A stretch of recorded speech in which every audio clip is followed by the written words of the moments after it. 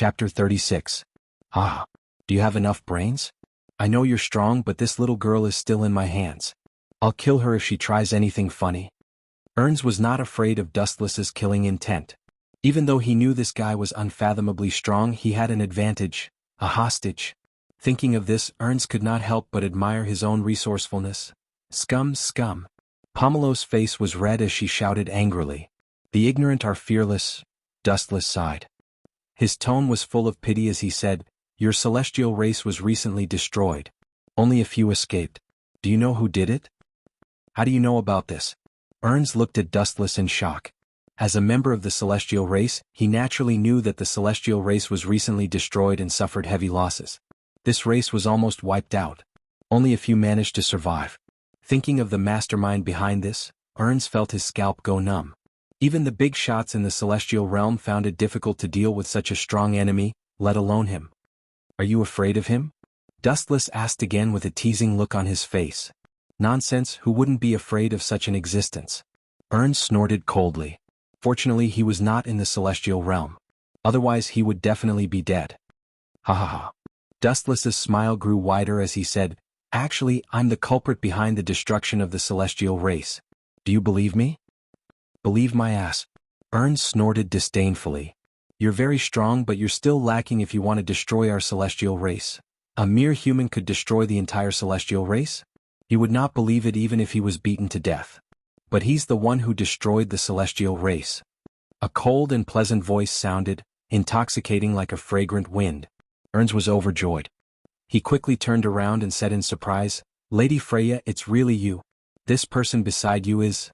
Looking at Rafa and Irene, Ernest seemed to know her as well. Impossible. You should have been imprisoned. Who let you out? He exclaimed in shock. Of course it's me. I'm also the one who destroyed the Protoss. Dustless's voice rang out again. Ernst's face twitched. Kneel down and apologize, Onis. Resisting him will only lead to destruction. Hasegawa coldly said. This guy had eyes but couldn't see, so who could he blame? Was it really you who destroyed the gods in heaven? Ernst's voice trembled. He did not expect this smiling young man to be so terrifying.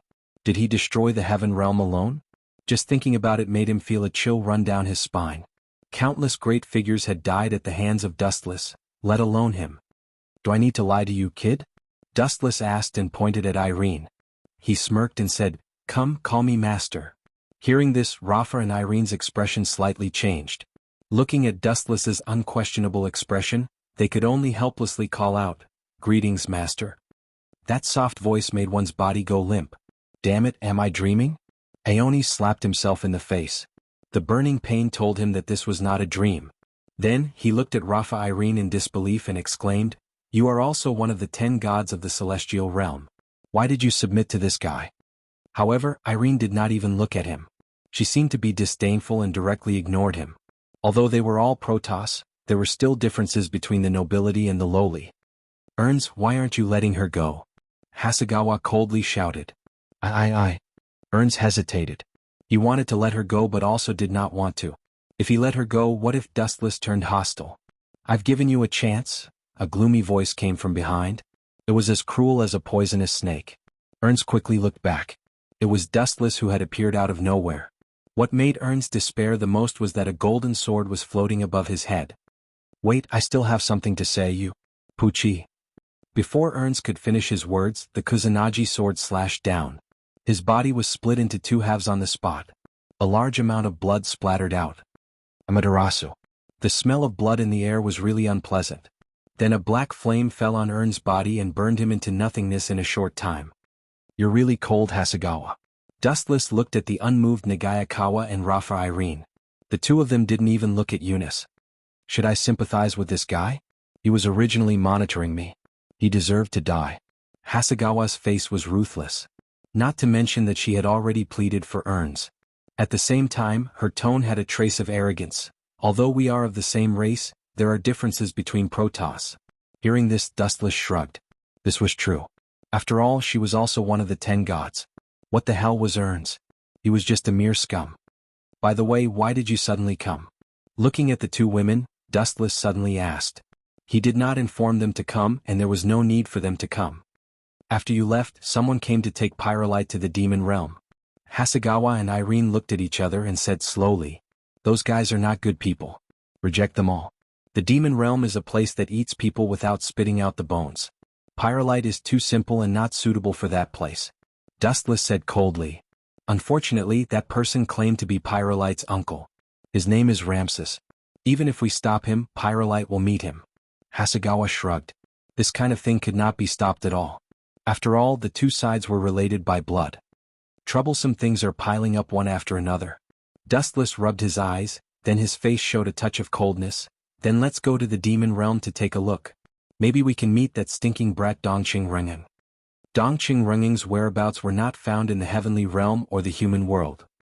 Where else could this brat go except to the demon realm? P.S. 3,000 flowers plus updates, 3,000 rewards plus updates, 1,000 comments plus updates, 500 automatic subscriptions plus updates. Chapter 37. At this moment, an uninvited guest had arrived at Dustless's house. The newcomer was a woman. She was graceful and beautiful, and her appearance was somewhat similar to Wanlia and her mother, Sheila. It was worth mentioning that this woman was wearing a maid's uniform. Sister Lucia. When Wanlia saw the maid, she was slightly surprised. She seemed to have thought of something. "Master Cheng is now Master's servant. You'd better not take her away, especially when you don't even greet me." "Master?" Hearing Wanlia's address, Lucia's big purple eyes showed a trace of displeasure. "Is that guy worth you being so humble?" "Yes, he is. Even I am tempted by that guy." Wanlia's mother, Shara, seemed to have come out of a different dimension. She suddenly stood in front of Lucia and licked her lips. Her eyes were shining. "Dustless is very strong even in that aspect. He fought with Cheng for more than 10 hours and knocked her out. His stamina is ridiculously strong, isn't it?" If it were anyone else, they would have been too ashamed to show their faces. But to Wanlia, her mother Shara, and Lucia, the three of them were as calm as still water. They did not feel uncomfortable at all, as if it was a common thing. "I don't understand what's so special about that Dustless guy. This time, I'm only here to pass on Lord Ramses's order. We must take Chengse away." Lucia's expression was serious, and her tone was unquestionable. It was as if anyone who said no was her enemy. This forceful attitude made Wanlia and Shara frown. They had been together for some time, and they knew that Dustless was amenable to coaxing but not coercion. Lucia's tone was so firm that Dustless would be dissatisfied sooner or later. "Coming to my territory and causing trouble. If it was Ramses himself, it would be fine. But you are just a servant. Where did you get the courage?" Dustless had not arrived yet, but his unhappy voice rang in their ears. In the distance, a ray of divine light streaked across the sky and rushed toward them. "You're here just in time." Lucia raised her eyebrows. She was curious about Dustless, whom her sister Wanlia and mother Shara admired. Buzz buzz buzz. Light condensed in the room as Dustless strolled out. Photons floated around him, and under the contrast of the golden light, he looked like an inviolable god. "You are Dustless Chingsakuan's master?" Lucia was absent-minded for a moment, but when she recalled Dustless's strength, she respectfully said, "Lord Ramses hopes that Chenghis Kodo will go to the demon realm." In the end, it was still a world where the strong ruled. Strength determined everything. Hearing this, Dustless only swept a few glances at Lucia, and calmly inquired, "Since he wants to take Hui to the demon realm, why doesn't he come himself? Sending a servant to deliver a message, who are you looking down on?" Displeasure flashed in Lucia's eyes. Wasn't this implying that she wasn't qualified? Lord Ramses still has to guard against Demon King Leo Hart. How can he leave the demon realm at will? "What does this have to do with me?" Dustless rudely interrupted Lucia and unreasonably said, "I don't have a good impression of that smelly old man." As his voice fell, Dustless glanced at Shara intentionally or unintentionally. Shara and Ramses had given birth to Wanlia, so the relationship between them was self-evident. He thought that Shara would be angry or even angry, but her delicate face was calm. She just looked with interest at how the gloomy Lucia would deal with Dustless. Lucia's beautiful eyes flickered with a faint cold light. She looked at Dustless for a moment, and then expressionlessly asked, "Who are you calling a smelly old man? I didn't hear you clearly. Please repeat it, Your Excellency." Boom, boom, boom. Lucia burst out with a large-scale magic fluctuation, and the magic light flashing behind her almost materialized. She glared at Dustless with great hostility and coldly said, "I forgot to tell you, Lord Ramses is Huey's uncle." How can an outsider like you interfere with their meeting? Family? The sneer on Dustless's face became thicker, and it was as cold as ice. He turned a deaf ear to the pressure released by Lucia and ignored it as if it were air. He contemptuously said, "Family? Do you understand the true meaning of family? When Hui was being hunted down, why didn't that uncle of hers come to help? Don't find excuses for me. If you really treat Hui as your family, you should understand that nothing in this world is more important than family. Now that I've killed Zukiel, Ramses has jumped out." Bah! Dustless sneered and scoffed at Ramses. That old man invited Hui to the demon realm to awaken her demon king power. Although the intention was good, it would definitely cause the strong dissatisfaction of the current demon king, Leonhardt. It was tantamount to directly pushing Hui to the front, and Leonhardt would definitely not let her go. With Ramses's current strength, it was impossible to protect Hui. In a way, it was tantamount to directly pushing Cheng Setsuya into the fire pit. Buzz buzz buzz. At this moment, the space suddenly trembled and collapsed. The irregular crack quickly expanded, and endless purple light erupted from it. It was like a space door, and a burly and old figure walked out of it. Dustless squinted and carefully looked at the person in front of him. Ramses? The red-haired old man gently nodded and looked at Luo Yu with a complicated expression and a trace of shame. As Dustless said, nothing in this world was more important than family, but when Hui was in danger, he had been busy with other things. "I'm sorry." After a moment of silence, Ramses finally lowered his head in shame. "You don't need to apologize to me. You got the wrong person, so you should apologize to me." Dustless's tone softened. He knew that Ramses was in a difficult position, and the old man's attitude was sincere, so his disgust was reduced a lot. Chapter 38. Hearing this, Dustless's expression was stiff. He was silent for a long time, and his expression was calm and collected. This made Ariella extremely surprised. If a normal person were to hear of such a crazy plan against them, they would be scared witless or at least pale with fright. But Dustless? Sounds interesting. No idea how long had passed either, Dustless responded with a sentence. Interesting. Ariella dug her ears, thinking that she had misheard. She looked at Dustless speechlessly and said, "Did you not hear what I said? Someone wants to use your essence for an experiment, and now you're telling me that it's interesting? Are you crazy? What's so strange about this? In the past, it's not like I haven't encountered this kind of thing before." Dustless's expression did not change, and he spoke naturally.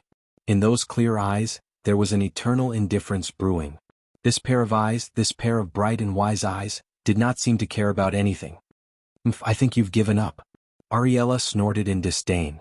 In her opinion, Dustless had already given up because this guy was already under her control. Perhaps he had already let go of his stubbornness. So what if he was dissatisfied? He could not even get past her. "Those guys don't dare to face me directly, so they used you, the ace spy." Dustless changed the topic and looked at Ariella seriously and reminded her, "Don't tell me you didn't see it. Those guys have already abandoned you and you're still willing to work for them? My business is not for you to interfere."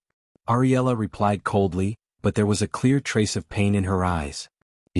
Looks like you're still not satisfied." Dustless smiled faintly. "If you're not satisfied, why don't you fight against your own fate? Even an ant has the right to struggle." "I'm going to fight against Neifer alone? You must be kidding me." Ariella's tone revealed a trace of fear, as if she was afraid of Neifer's organization. She bitterly mocked herself. "They're a military organization and I'm alone. Even if I'm dissatisfied, what can I do? In this world there are always people who are sacrificed as tools. And Ariella belonged to the category of tools. No, I don't agree with this." Dustless shook his finger, his whole body exuding an aura of vicissitudes, and only heard him speak like an old man. "Kid, it's okay to be looked down upon by others. You're still young and you still have a long way to go in the future. Even if you lose your face now, you can still earn it back in the future. No matter what, you have to remember that if you look down on yourself, your future will definitely be filled with darkness." Hearing this, Allegra fell silent. His brows furrowed and relaxed at times. It sounded like there was some truth in his words. Stop trying to bewitch me." After a moment of silence, a cold light flashed across her face, and Ariella leaned forward, directly lying on Dustless's body, her soft hand covering Dustless's mouth to prevent him from continuing to talk. She coldly said, "You can't even protect yourself and you still have the mood to bewitch me? It's a waste of talent if you don't become a speaker." "Gotcha." Without hesitation, Eli tore Wu Chen's clothes apart. Wu Chen's well-proportioned body was revealed. Eli was stunned by Wu Chen's appearance. "You look skinny and weak, but your body is amazing." Ariella looked at Dustless's abdomen with infatuation, nodding her head in praise as she looked at the 8-pack abs on Dustless's abdomen. These abs seemed to have been purposely made, and were embedded on Dustless's body, not too big nor too small, very standard. "Although you're young, your heart is actually very barbaric." Dustless didn't know whether to laugh or cry. In his memory, the number of times a woman tore his clothes apart could be counted on one hand. Moreover, this was obviously king child, not a woman. Here's the next part. Ariella's pair of beautiful eyes swept across Dustless's lower body, and her hands gradually moved over. "Let's stop here." Dustless's cold voice sounded, and Ariella laughed coldly, not taking it seriously. "You're already drugged and you're still trying to act tough?" Therefore, without any hesitation, her two small hands continued to move towards Dustless's waist. Because he was wearing sweatpants, as long as she gently untied the belt around his waist, his pants could be taken off. But, bang! Suddenly, a huge force landed on Ariella's shoulder, and she violently spat out a mouthful of blood. Her body lying on Dustless's body also flew backwards. "You didn't listen to me, you ungrateful woman." Dustless suddenly stood up. His gaze was stern and his expression was resolute. He didn't look like he was drugged at all. He turned around and walked towards the wardrobe in the other bedroom. It seemed like he was going to change his clothes. "How is this possible?" Ariella wiped the blood from the corner of her mouth, and looked at Dustless, who was walking as if he was flying. She was completely stunned. Could it be that this guy was faking it all along? "Ariella?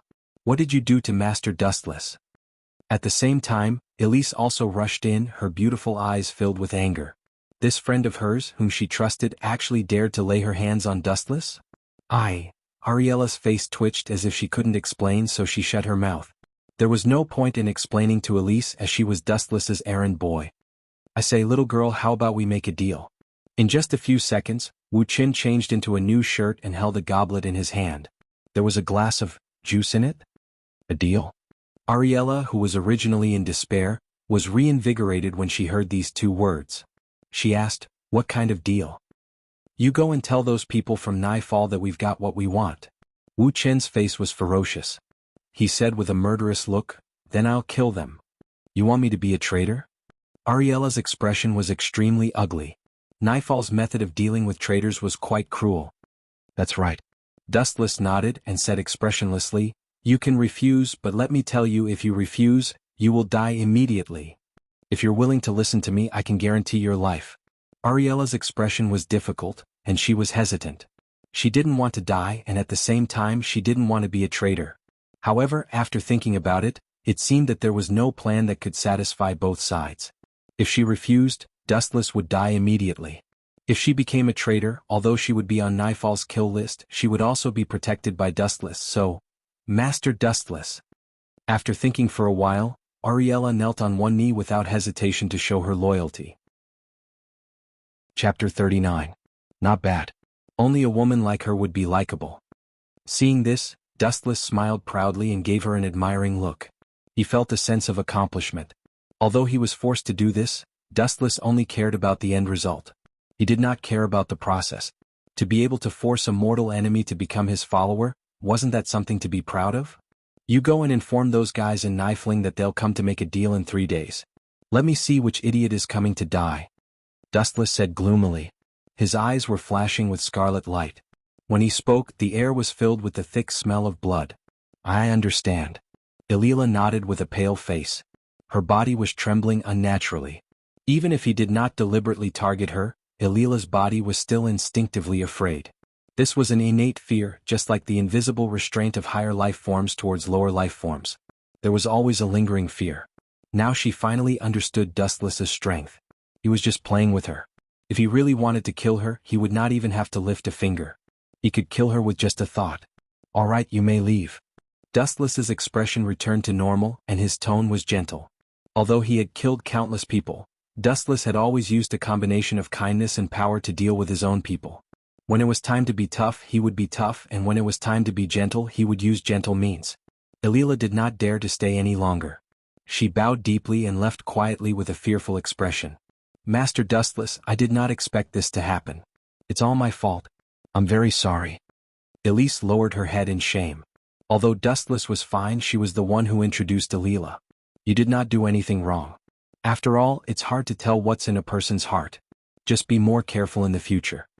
Dustless sat on the sofa and ate his snack seriously. Even though Elise's strength had been constantly improving recently, her mind had not changed. She was still as pure and naive as before. However, this was not her fault. This child was still young, lacked experience, and had not experienced any great storms. Elise, who was living in a greenhouse, always lacked the courage to deal with danger alone. Besides, changing the topic, Dustless smiled and said, instigating a spy can also be considered a gain. The merits offset the demerits. I still think I'm in the wrong. I'll only feel better if you punish me. Elise lowered her head and spoke in a very soft and honest tone. You're quite honest? Dustless smiled and shook his head to refuse. In fact, he was quite satisfied with Elise. There was no perfect person in this world. In the past, Dustless's underlings were much more outstanding than Elise, but none of them could make him worry. Some of them even betrayed him. But I've already said your merits and demerits offset. If there's a next time, I'll really punish you. Dustless deliberately made a very scary expression. No way. Who would have thought that Elise would reject him in a serious manner? She emphasized in a serious tone, as Lord Wuchan's first servant, I have to set an example. I don't want Keely and Allegra to try to take advantage of my feelings when they make a mistake. This time it was Dustless's turn to be surprised. He didn't expect this girl to think so far ahead. She even included Allegra and Keely in the equation. However, Dustless still had no intention of punishing Elise. Usually his so-called punishment was to kill. We'll talk about the punishment later. Dustless casually replied. He then lowered his head and continued to eat his snacks. However, it was at this moment that Elise suddenly leaned over with a red face. This confused Dustless. What's wrong with this girl? A woman's mind is really hard to predict. Mum. I know what Lord Dustless likes. Do you want to try? Elise's voice was so weak that it was almost inaudible. There was even a faint feeling that she found it difficult to speak. It seemed like she was embarrassed. That's interesting. I don't even know what I like. What would you know? Tell me. Dustless looked at Elise with interest. Of course I know. Elise's face was red with excitement. It seemed that neither Keely nor Allegra had noticed Dustless's hobbies. Elise was the only exception. These days, Lord Dustless has a favorite activity. Which activity? Hearing this, Dustless was confused. He lowered his head and thought for a while. However, he still didn't understand. His eyebrows furrowed and he was even more confused. Frankly speaking, the only thing that interested him was the most powerful person in the world. However, the so-called powerful people in this world were so weak that he could kill the most powerful person with a single breath. Therefore, Dustless was looking forward to what interest Elise was talking about. Could it be that he really did have a unique hobby? Just as Dustless was thinking hard, Elise suddenly turned her back to him. Her beautiful eyes were watery, and her head was almost buried in her cleavage. Her small hands moved down slightly and landed on the corner of her skirt. It was as if she had touched the most private part of her body. Elise's face was covered with a sickly blush. I'm going to start. Elise's words attracted Dustless's attention. The moment Dustless looked over and saw the girl's movements, his expression turned stiff. It was as if he had been struck by lightning. Elise, this little girl, actually slowly lifted her skirt. A scene that could make a man's blood boil appeared in front of him. Her light pink breasts and her perfectly round breasts. The skin on both sides of her breasts was as clear as snow, and the surface seemed to be covered with a faint layer of light. It was a dazzling sight. Come on. Those 3 simple words seemed to have used up all of Elise's strength. She gritted her teeth and her face was red. I am embarrassed too, but I can't help it. Lord Dustless likes this. Cough, cough, cough. Dustless hurriedly coughed. Speechless, he asked, when did I say that I like this? I saw it all. Elise couldn't even speak normally. She said in an extremely soft voice, when Keely and Allegra did something wrong, Lord Dustless punished them like this. F***ck. Dustless wanted to cry but no tears came out. This time he really felt like jumping into the Yellow River would never be able to clear his name. He did this as a warning. Otherwise he would kill them directly. Chapter 40. After all, Yang Xinya was already dead. No matter how much Dustless hated this kid, he wouldn't stoop to the level of a dead person. So, what do you plan to do next? Dustless looked at Ingman real name. He definitely had to leave. Then, this child would become the new king of the human race. In a world without him and Yang Xinya, no one could stop Ingman real name's footsteps. Ingman real name choked when she heard this. She wasn't as happy as she had imagined. Her eyes were filled with confusion. Yang Xinya was already dead. What should she do? The most pitiful thing is actually people like you, right? Dustless's tone was filled with pity. Previously, Ingman real name relied on hatred to survive. Now that the main culprit Yang Xinya was dead, she seemed to have lost the meaning of living. I'll take my leave. Have fun. Dustless was too lazy to talk nonsense. He whistled and walked away leisurely. With your current ability, it shouldn't be a problem for you to dominate the world. I'm tired of playing. I'll leave this world to you to continue wreaking havoc. In his words, Dustless treated the future of the entire human race as a game. In fact, he was such a selfish person. He only had himself in his eyes. If you wanted him to think for others, the sun would rise from the west. Please guide me. Ingman real name immediately blocked Dustless's path and knelt down sincerely. I've offended you in the past. I hope you can forgive me. Guide you? Dustless opened his mouth when he heard this. He stared at Ingman real name in shock as if he had seen a new continent. This woman changed so quickly. Didn't she want to kill him when she met him previously? Now she needed him to guide her. I'm not interested. Dustless replied expressionlessly. This sentence made Ingman real name's confused gaze even more desperate. He said frankly, I'm a very selfish person. In this world I only help two kinds of people, my women and my little brother. You're neither of them. What reason do I have to help you? God loved the world? Perhaps God was really so great. However, there was a condition. You had to believe in him sincerely. Otherwise, would God save you? Absolutely not. Therefore, there was no free lunch in this world. I am willing to follow you. Ingman real name looked up at Dustless, her beautiful eyes glowing with a bright light as bright and firm as diamonds. What a foolish woman. Dustless couldn't be bothered to say more. His eyes blinked and his lips moved slightly. He wanted to say something but stopped. In fact, he roughly understood what Ingman's real name was thinking. She probably wanted to find a way to resurrect Ingmanji from him. In fact, Dustless really wanted to ask if it was really worth it. Just for a dead person. You've been poisoned with feelings. Dustless sighed and then said coldly, since you've chosen to follow me, don't regret it. After that, he resolutely turned around and left. Ingman real name couldn't help but be overjoyed when she heard this. She quickly wiped the starlight surging from the corner of her eyes and immediately followed. Since Dustless was able to revive her, then reviving Ingmanji shouldn't be too difficult. Time flew and in the blink of an eye, 7 days had passed. Yang Xinya was killed by Dustless and GHQ, which was originally entrenched in Japan, also collapsed. At present, the country was controlled by the imperial household. Although the imperial household was not an outstanding politician, he had some means to manage everything in an orderly manner. The country was gradually on the right track. However, because of the previous war, most of Japan had been turned into ruins. Currently, they were in the midst of intense reconstruction which required a lot of funds. Therefore, the process was very slow. It would probably take decades to recover. Even so, the imperial household was very satisfied. At least they had taken back the ruling power and everything would slowly get better. In a certain villa of the imperial household, Dustless did not leave for the time being. He still lived a life of debauchery and drunkenness. During this period he also picked the delicate flower, Arisa. After all, she was sent to his door and Dustless couldn't refuse her kindness. It would be a waste if he didn't take it, right? In the garden where hundreds of flowers were blooming, the spring was in full bloom. Green and pink intertwined in the sea of flowers, the scenery was too beautiful to behold. In a pavilion, Wuchen was leisurely lying on a couch. His eyes were half closed and he was snoring lightly. He seemed to be asleep. There was also a figure standing beside him, Asamiya Ayase. Her back was straight and she was always on guard like a bodyguard. Ta-ta-ta-ta. Not long after, there was a burst of messy footsteps. Dustless opened his eyes and looked at Asamiya Ayase with dissatisfaction. Why didn't you stop them?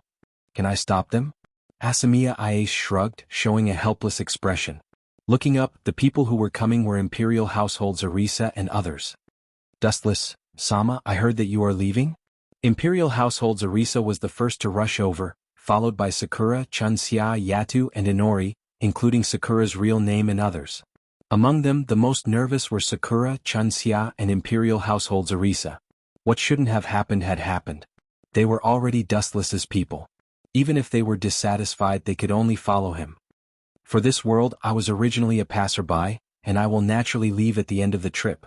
Dustless told the truth, and at the same time, his eyes fell on Sakura's real name and asked doubtfully, "I said before, you are free."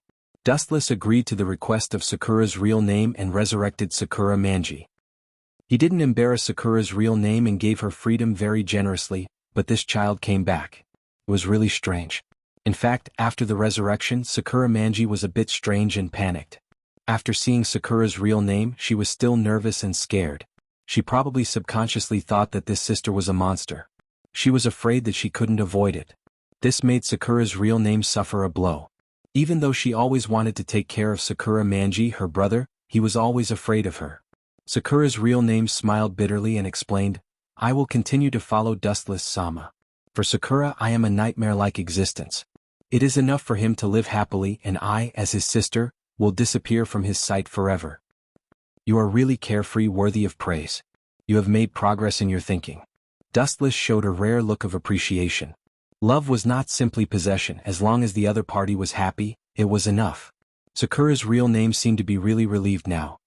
"What about you guys?" Dustless's eyes swept over them one by one, and Inori nodded without hesitation.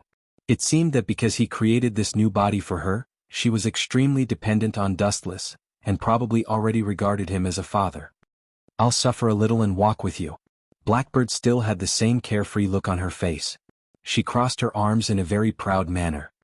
"Even if I stay, you will forcibly drag me away, right?" Sakura Manji and Chunxia already understood Dustless's character. This guy would never give up on someone who had slept with him. In Dustless's words, leave her alone? What a joke. What if she was cuckolded? Then let's run. Dustless smiled faintly and snapped his fingers. The sky above burst open, revealing a huge door, and a golden halo shot out and swallowed them. Chapter 41. After all, Zierda was still a sinner through and through. She could still move freely, but she was still a sinner. In the original work, in order to get rid of her punishment, she had even secretly contacted Tian Wuyao. The deal was that after Tian Wuyao became the champion of the Lion Heron Star Martial Arts Festival, her punishment would be lifted, and she would help Tian Wuyao recover her consciousness. Unfortunately, she didn't have the chance this time. The light condensed on Dustless's fingertip shot out again and easily penetrated Zierda's knee. She immediately screamed. "Sir, I've already told you everything. Why are you still targeting me like this?" Zierda endured the pain and asked. Although her tone was gentle and respectful, and her attitude was respectful to Dustless, there was still hatred in the depths of her eyes. It was fine if this kind of person was unknown in the future, but once she rose to the top, she would definitely not let Dustless off so easily in the future. Therefore this woman must die. "I'm really sorry. Thank you for your information, but you must die." Dustless's thumb flashed again and aimed at Zierda's head. The girl was startled. Then, her expression looked as if she was possessed by an evil spirit. She cursed with a sinister expression, "Damn scum, I curse you." Before she could finish her sentence, the light beam swept out like a divine sword. Zierda's head exploded on the spot, and bright red brain matter splattered all over the ground. Dustless didn't feel guilty about killing this woman. Who knew how many crazy scientists like Zierda had died under her hands? It was best if she died. Alphalia was a living example. Although she had miraculously survived and became one of the strongest witches in history, the price she had to pay was that she had lost her humanity forever. She had probably been destroyed by Hilda, and this time he would take revenge for her. Before leaving, Dustless burned down this evil laboratory, including some of the human materials. All of them were buried in the sea of fire. This could be considered as helping them escape. By the time Dustless returned, today's competition had already ended. The students of the Star Guide Academy were not very lucky. Their opponents were extremely powerful. Dao Tengkiran and Sha Gong Sha Yi were scared but not in any danger. As for the others, they were sadly eliminated. For example, Lei Shida was defeated as soon as he appeared. By the time they returned to the Star Director Academy in the evening, Elena had already recovered and could walk around safely. "Sir, if you have any tasks for me, feel free to tell me." Elena respected Dustless as if he was her second parent. If it wasn't for him, the two sisters might have died without a complete corpse. "You just need to rest." Dustless waved his hand. He didn't really care. He didn't have anything important to give to Elena. But I'm not used to always cheating you for food and drinks. Elena looked at Dustless with a troubled expression. You're quite an honest person. Wuchen looked at Elena strangely. This woman trusted him so much that she would even do it if he asked her to die. But if you really want to do it, I'll give you a task.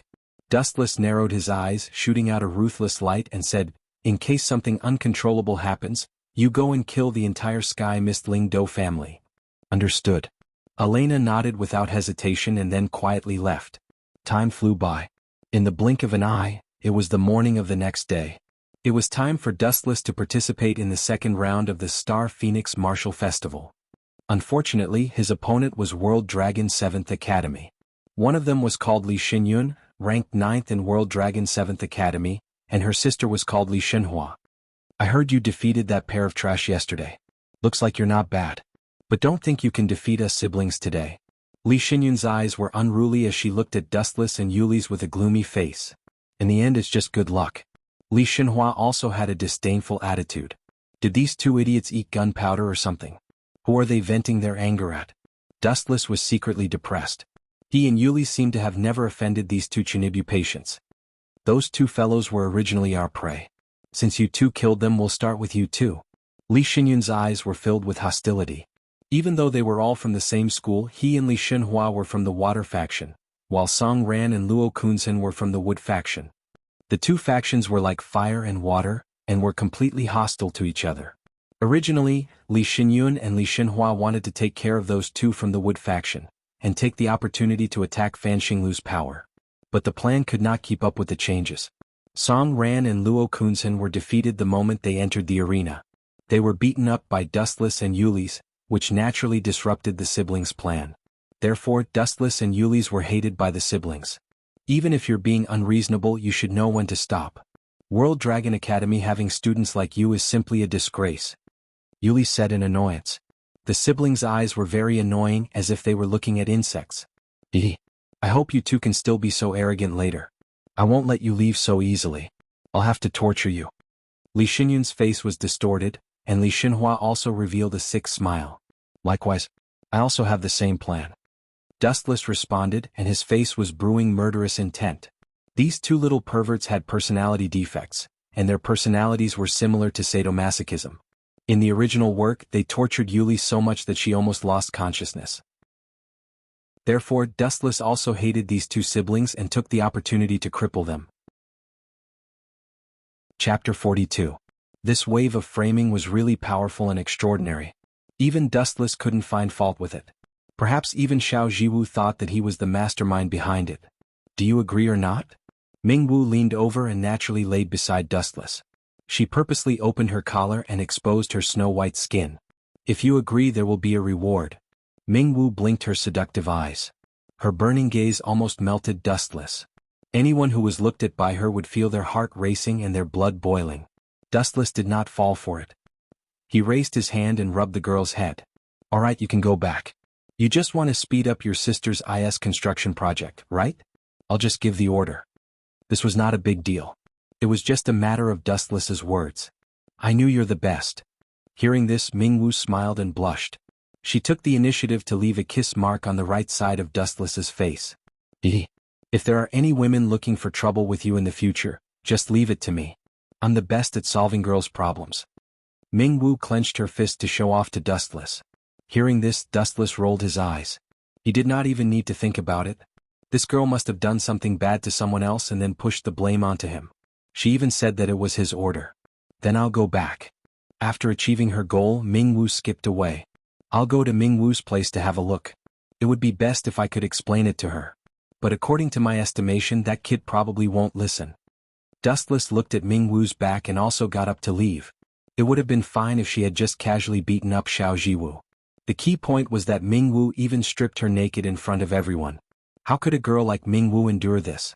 In front of Xiao Jiwu's dorm, Dustless pressed the doorbell. Cough, cough, cough. Dustless coughed twice and put on a selfless expression. Mingwu, I'm sorry about what happened before. I'm here to look for you. Whoosh, whoosh, whoosh. Dustless's voice hadn't even fallen when an ear-piercing sound of something breaking through the air came from afar. Glancing sideways, he saw countless fiery lights flashing in his direction. Missiles? That's interesting.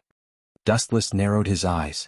His right eye suddenly turned into a mysterious blue and white eye, allowing him to see everything tens of kilometers away.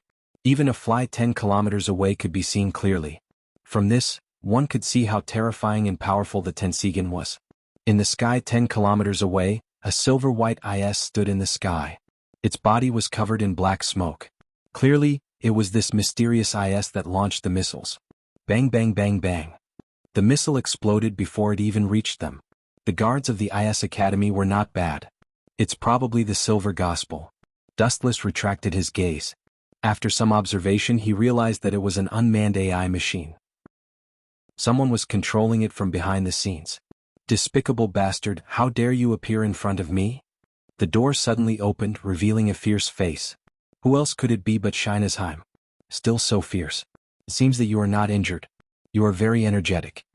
Wu Qin heaved a sigh of relief and said with a faint smile, "Your sister has planned a performance for you to debut." Dustless looked at the horizon in the distance. His tone became meaningful. Although he only observed for a dozen seconds, Dustless could see that the Silver Gospel that attacked the IS Academy was quite good. There were as many as 4 propulsion devices behind it. The normal IS only had 2. There was also a huge gap between the 3rd-generation IS and the mecha and weapons. It probably adopted some 4th-generation IS technology. Other than Scheinesheim, who else could create an IS that transcends generations? She probably wanted to use this opportunity to show the superiority of Red Toon to the world. However, I overestimated your strength. Looking at the Silver Gospel in the distance, it was not that Dustless didn't believe in Scheinesheim. This kid just got Red Toon not long ago and didn't have much time to train. Secondly, this IS was obviously modified. Some of the technology was upgraded. It had the foundation of the 4th-generation IS and was probably several times more powerful than the original Silver Gospel. If Scheinesheim wanted to deal with it alone, it would be impossible. Me? Scheinesheim's expression was also a bit hesitant. She wanted to back out. After being beaten up by Scheinesheim, she realized that she was pitifully weak and began to question her own ability. If I go, I will only embarrass my sister and disappoint her. Scheinesheim bit her cracked lips as blood slowly flowed out. She was unwilling to give up. With your current strength, you will be beaten if you go. Dustless nodded in agreement and then said slowly, I remember when I asked you to follow me, you refused. Who can you blame? If you follow me, you have seen Cecilia's improvement, right? Although Scheinesheim was currently the strongest person in the IS Academy, according to Dustless's prediction, once Cecilia and Scheinesheim fought, she, as the student council president, would lose. It was almost certain that there would be no accidents. Boom, boom, boom. At the same time, explosions occurred in other directions of the IS Academy. Suffocating black smoke filled the air as giant fireballs appeared in the air. The smoke of war spread across the entire IS Academy. Whoosh, whoosh, whoosh, whoosh, whoosh, whoosh, whoosh, whoosh. Unknown IS appeared one after another like ghosts and attacked the school without restraint. They didn't even let the students go. This is all my sister's doing? Scheinesheim clenched her fist in disbelief. What was the difference between this behavior and terrorists? Chapter 43. Leave her to me. Ulysses' beautiful eyes glowed with a scorching light. Li Shenhua treated her as prey, but she didn't know that Ulysses also treated Li Shenhua the same way. Whoosh whoosh whoosh. In front of Dustless, a large number of paper talismans shot towards him. All of them were filled with the words, urgent as the law order. Die, you arrogant fellow. Li Shenyun roared. His hand suddenly formed a hand shadow as he shouted, explode. Boom boom boom. The explosion talismans around Dustless exploded at the same time, fusing into a ferocious fireball that burned crazily on his body. Crackling sounds continuously came from it, as if a person was being burned. Is this guy really a Taoist? Why does he feel like a ninja? Dustless, who was in the fireball, slowly walked forward. As for the burning sea of fire around him, he ignored it. First, it was the clone technique and then this kind of explosive talisman. No matter how one looked at it, it all looked like something a ninja would use. This brat, even if he doesn't die, he will shed a layer of skin. What? The smile on Li Shenyun's face suddenly froze, and she couldn't help but open her eyes wide. Dustless walked out of the fire with a relaxed expression. His expression was normal, and there were no signs of him being burned. Damn it, what kind of monster is this guy? Why didn't he burn? Li Xinyun's face was ashen, but the audience outside burst into an earth-shattering sound. So powerful. I think that Li Xinyun is finished. That's right, he will definitely lose. After fighting for so long, he didn't even touch a hair of his opponent. How can he participate in the Phoenix Star martial arts ceremony with this kind of standard? I think he's just here to be funny. The audience outside were discussing and snorting at Li Xinyun. It was too embarrassing. She had created such a mess, but in the end she didn't even touch the body of her opponent.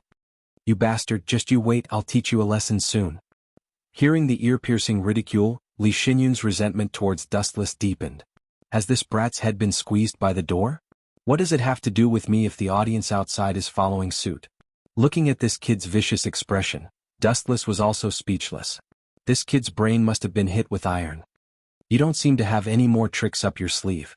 It's my turn now. Dustless gazed at the clones of Li Xinyun, formed a hand seal and spat out a sea of fire from his mouth. Fire style, grand fire annihilation. Boom boom boom. Dustless spat out a vast sea of fire from his mouth. It was like a tsunami rolling out. Everywhere it went, not even a blade of grass grew. Even the ground was scorched black. Bang bang bang. Those invisible explosive talismans all exploded, blowing the sea of fire into pieces. Like scattered raindrops, they sprinkled to every corner and the sky was raining fire. Boom boom boom. However, it was useless. The sea of fire was too powerful and continuous. Even though the first wave was blasted into smithereens, the second wave, which was even more vast, continued to crush Li Xinyun. Damn it. Those clones were forced into a desperate situation. Their eye sockets were about to burst. Although the competition area wasn't small, the sea of fire was too big. They were all forced into a corner. Boom boom boom, the flames swept out with unstoppable force. The ground was scorched black and those clones were turned into nothingness. You are the only one left, brat. Dustless glanced at Li Xinyun, who was the only one left. No matter how many clones you have or how many explosive talismans you have, it is all a matter of fire. Buzz buzz buzz. Immediately after, Dustless lifted his right leg. Light beams were wrapped around it. He aimed at Li Xinyun's location and threw a kick. Light speed kick. Boom boom boom. The light beams landed on Li Xinyun's location and exploded like a time bomb. Tumbling flames and mushroom clouds burned fiercely. That brat didn't even have a corpse left. It seems like it is over. Dustless put his hands in his pockets and said indifferently, this boring competition is finally over. It is finally over? A sinister voice that sounded like a venomous snake came from behind. Li Xinyun appeared like a ghost again. He stuck out his disgusting tongue and said with a sinister smile, I'm sorry. Those that were killed by you were actually clones. Go to hell. At the same time, Li Xinyun threw out countless explosive talismans and stuck them tightly to Dustless's body. Is that so? Then you are really smart. Dustless smiled and praised. Even though his entire body was covered by the explosive talismans, his expression didn't change. His eyes were still as calm as an ancient well. This time I will blow you up until you lose consciousness. Li Xinyun roared. He then shouted, explode. Boom boom boom. Thousands of explosive talismans exploded at the same time. The momentum was shocking. Dustless's body immediately burned and turned into a terrifying flaming man. The power released from the explosion was extremely powerful. The ground under Dustless's feet was instantly blown into a deep pit. No matter who it was, they would die without a doubt under such terrifying heat. You should be done for now. Not only will I eliminate you but I will also roast you. Li Xinyun laughed maniacally. His eyes were filled with madness and had turned blood red. Commentator, are you an idiot? Why aren't you announcing the winner? Li Xinyun roared at the commentator after laughing proudly for more than 10 seconds. I'm really sorry. The school emblem didn't break and I didn't lose consciousness. There will definitely be no winner. A deathly stifling voice resounded behind her. Li Xinyun suddenly quivered and hurriedly turned around to take a look. To her astonishment, it was Wu Qin who was smiling behind her. Damn it. Li Xinyun rubbed his eyes angrily and flew into a rage. After confirming that it was Dustless, he scolded, You should have been burned into a cripple by me. Do you think you are the only one who knows how to clone? Idiot. The one that was destroyed by you earlier was also my clone. Dustless sneered. Soon after, his eyes turned cold. A radiance flashed in his hand as he slashed at Li Xinyun. A bloody wound appeared on Li Xinyun's chest. Blood spurted out and he lost consciousness.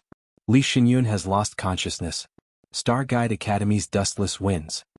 A few seconds after Li Xinyun collapsed, the commentator's voice echoed in everyone's ears. Chapter 44. What's the matter? Atlanta looked at her bewildered look and frowned. Because not only Fiore, but even Dustless's expression was extremely strange at the moment, revealing a rare trace of shock. I'm also very surprised. Why would a dead person suddenly resurrect? That guy was indeed killed by me, I can be 100% sure, but now, he's resurrected. Dustless was also full of doubts. Following his line of sight, he saw Archer standing on the ruined castle. Yes, it was the Black Archer who was previously obliterated by Dustless. In fact, not to mention Fiore, even Dustless himself was dumbfounded. He was sure that he killed Archer. But, what the hell is going on? Is he a corpse or a living person? Whoosh! Once again the sound of arrows piercing through the air could be heard. Raising his head, he saw a large number of arrows flying towards him. Come here. Dustless shouted at Atlanta, and the chick immediately ran over. Shinra Tensei. Bang. Transparent ripples of power whistled, and the fatal arrows were all knocked away or broken. Archer couldn't break through this tyrannical repulsion at all. This guy seems to be wrong. Dustless glanced at Fiore, and his heart was even more puzzled. There was no doubt that the Black Archer's host was Fiore, but the wave of arrow attack just now clearly covered Fiore, but it also wanted to kill the host? This didn't seem like Archer's style. Why Archer? Fiore obviously also saw the problem and asked absent-mindedly. She couldn't believe it because she and Archer didn't have a simple contractual relationship. Sometimes he was a teacher and a friend. Even without the restrictions of the contract, Archer couldn't do anything to her. But the reality was like a loud slap, slapping her in the face, and her empty eyes almost lost herself. Unfortunately, my master is no longer you, Fiore. Archer's tone was full of deep helplessness and complexity. It could be seen that this was something he couldn't change. What a joke, Dustless sneered and said disdainfully, how long has it been since I killed you? In such a short period of time, not only did you revive, you even found a new host? Atlanta and Fiore both nodded in agreement. This was too unusual. Of course not under normal circumstances, but Black Archer paused for a moment as he panted.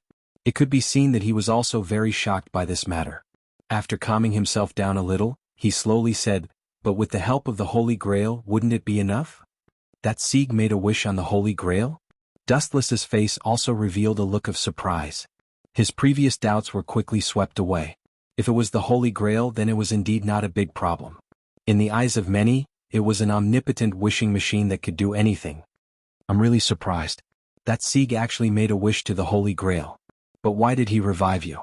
Are you very strong? Don't tease me. Dustless was still full of doubts. He frowned and said, even if that guy resurrected you for some reason, there is no reason for him to kill me. Could it be? Dustless suddenly thought of a figure in his mind. Was it because of the previous Black Rider, Alstofo? After thinking about it for a while, this was the most likely possibility. For Sieg, Alstofo was his savior. Not only did he let that kid go, but he even gave Sieg the Holy Grail. This kind of great favor. Sieg estimated that he would never be able to repay it all in his life. But later Dustless killed the Black Rider. Well, to be exact, it was not Dustless who did it, but Atlanta. Of course, the most important thing was that Alstofo did not use his strength at all. He was completely thinking of suicide at that time. It's because of the rider that Sieg hates you. Black Archer once again raised his bow and aimed at Dustless. But even if that's the case, that guy relied on the Holy Grail to resurrect you. Can he kill me? Isn't this idea too ridiculous? If I can kill you once, I can kill you a second time, a third time, or even 100 times. Dustless announced expressionlessly. His voice was exceptionally loud. No, that's not my initial wish. Black Archer looked at Dustless with a gloomy expression. After a moment of silence he said, all this time I thought that the Holy Grail was omnipotent. But until the incident with Sieg I realized that I was wrong. That kid's wish couldn't be fulfilled? Dustless raised his eyebrows and asked in surprise. Yes. Black Archer nodded heavily. He looked at Dustless with a serious expression. Sieg's initial wish was for the Holy Grail to kill you, but the Holy Grail couldn't do that. In the end his wish changed. He resurrected several powerful heroic spirits to kill you, and I'm just one of them. Is that guy crazy? Fiore and Atlanta both exclaimed. They couldn't understand Seek. Why did he have to go through so much trouble? Since he liked the Black Rider so much, why didn't he just use the Holy Grail to resurrect him? Why did he have to make such a cruel wish? You can play like this? Dustless rubbed his nose, not knowing whether to laugh or cry. Is this considered cheating? P.S. 3,000 flowers plus updates, 3,000 rewards plus updates, 1,000 rating plus updates, 500 automatic subscriptions plus updates. Chapter 45. Do you know your crime? After examining Gulian for a moment, Veronica said coldly. Sylvia was stunned, thinking that she had misheard. She asked with a trembling mouth, Sister Veronica? Are you serious? Gulian, he might have been misled too. No, this is my choice. The simple-minded Gulian decisively ignored Sylvia's good intentions. Good, very good. Veronica's voice was full of killing intent. Sylvia's heart couldn't help but skip a beat. She begged Dustless to give her face in hopes that Veronica would be merciful. She simply thought that this sister would be merciful. Who would have thought? You have brought this upon yourself. This is a capital offense. Veronica's tone was unshakable. She said in a deep voice, Gulian, as my confidant, did not play an exemplary role. Instead, he secretly contacted the enemy. His crime is punishable by death, but you have been with me for many years. Even if you have not made any contributions, you have worked hard. Take your own life as an apology. Veronica's voice was incomparably cold. Just as Dustless had predicted, Gulian would not be able to escape death no matter what. However, taking his own life was much more dignified than being executed. Take care of yourself from now on. It's getting late. Goodbye. Dustless only needed to hear the result. He stretched and got up to leave, leaving everyone with a view of his back. You can't be serious, right? Yak's mouth was wide open. She couldn't believe it even if she was beaten to death. Isn't this guy too cold? He killed him just like that? Even if it was a dog, after following its master for several years, they would have built a deep relationship with each other. Not to mention Gulian. He had contributed to Veronica's career and defeated many enemies. Now he had fallen to the end of taking his own life? In the evening, the news of Princess Veronica's confidant, Gulian, taking his own life spread. The entire Ansari Dragon Knight Academy was caught in the whirlpool of public opinion. No one knew the specific reason, but it could be considered as saving Gulian some face. Meow meow meow. In the quiet room there was a soft moan. Dustless, who was resting on the sofa, suddenly opened his eyes. What kind of show is this? Dustless frowned as he stared at the beautiful woman sitting on top of him, ignoring the saliva-inducing curves. It's too much to disturb someone's rest. The person who came into view had exquisite facial features and was extremely beautiful. She had a figure and a face and long legs. She was impeccable in all aspects, and she even knew how to act cute. She was unusually tall and looked somewhat similar to Yak. This was not the first time they had met the person sitting on Dustless's waist. Her name was Nabi. What a cold attitude. Nabi pouted angrily, but Dustless did not even look at her. This guy was actually Aika's memory clone. He seemed to have some special feelings for Dustless and would often come out to pester him. If you have something to say, just say it. Dustless looked at Nabi and closed his eyes again. Nabi looked deeply at Dustless. After a long time, she sighed and said unhappily, I'm afraid this is the last time I come out to harass you. Goodbye forever.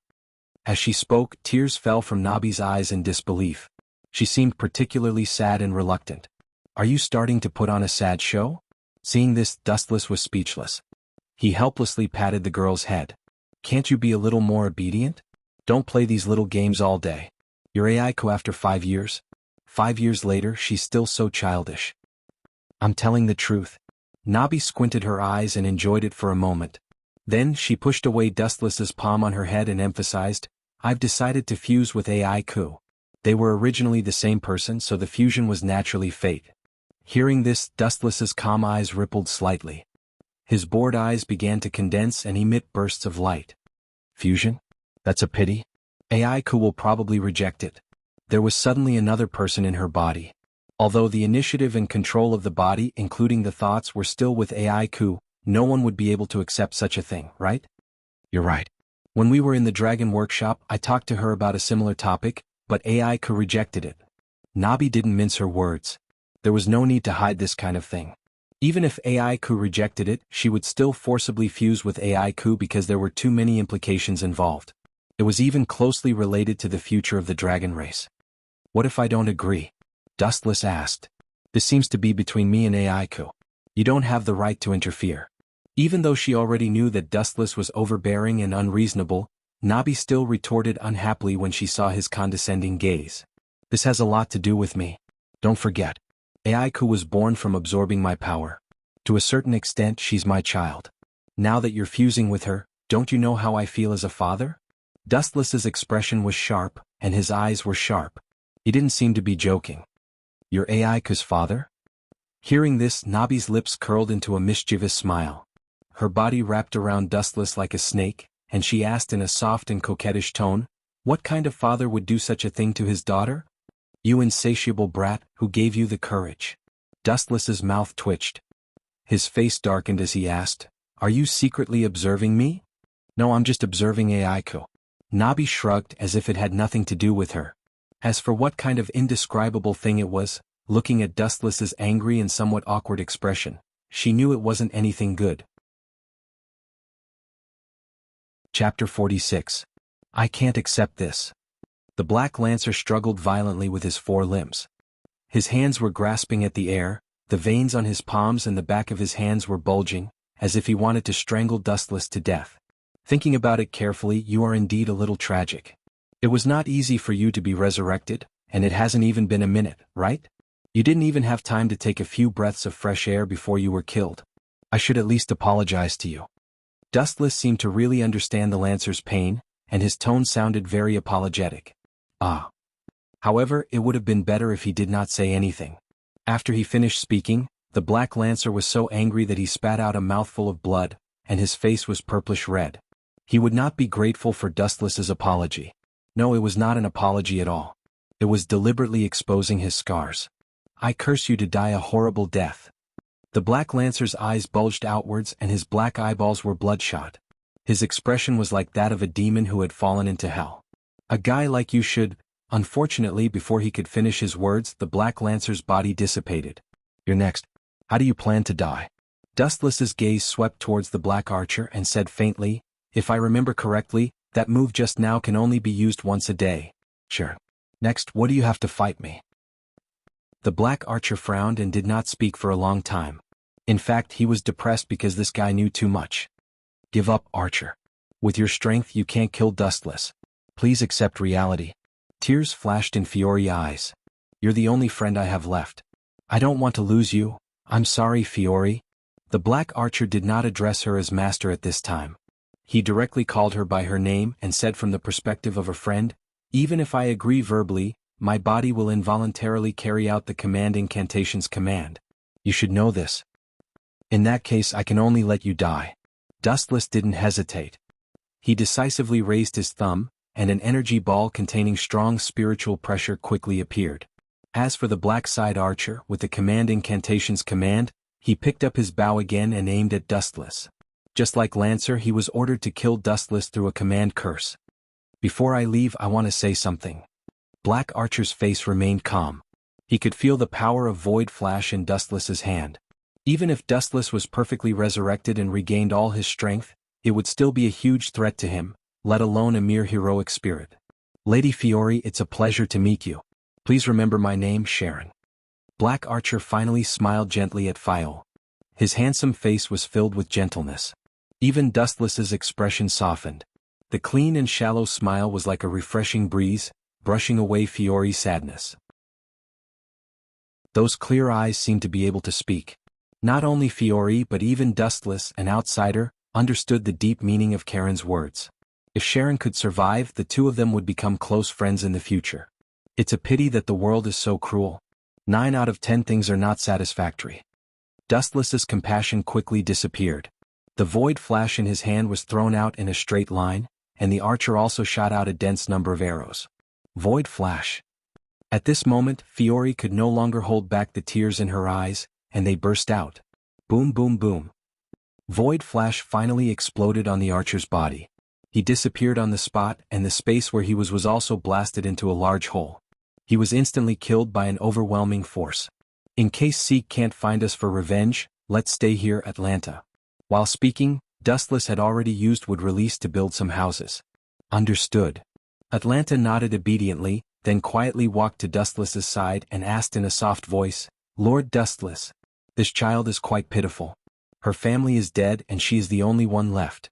Why don't you take her in? Atlanta was a kind-hearted person, and she sympathized with Fiori's experience. If she can accept it, I don't mind. Dustless waved his hand, and he didn't care about this kind of thing at all. With light steps, Dustless walked into the wooden house to rest. Time flew, and in the blink of an eye, a few hours had passed. The sky gradually darkened, and soon it was night. The night was full, and the stars hanging high in the night sky were glowing. In this hot summer, even at night, it was as stuffy as being in a steamer. A few gusts of wind swept across the grassy plain, blowing on people's faces, and it was particularly comfortable. Why did this happen? Didn't I die? How did I suddenly come back to life? Or is everything that happened in front of me just a dream? Under the lush green tree, a golden-haired girl wearing medieval clothes and armor muttered to herself in a daze. She held a flag in her hand, which was painted with exquisite patterns that swayed in the night wind. The girl's beautiful eyes, which had been puzzled for a long time, suddenly lit up.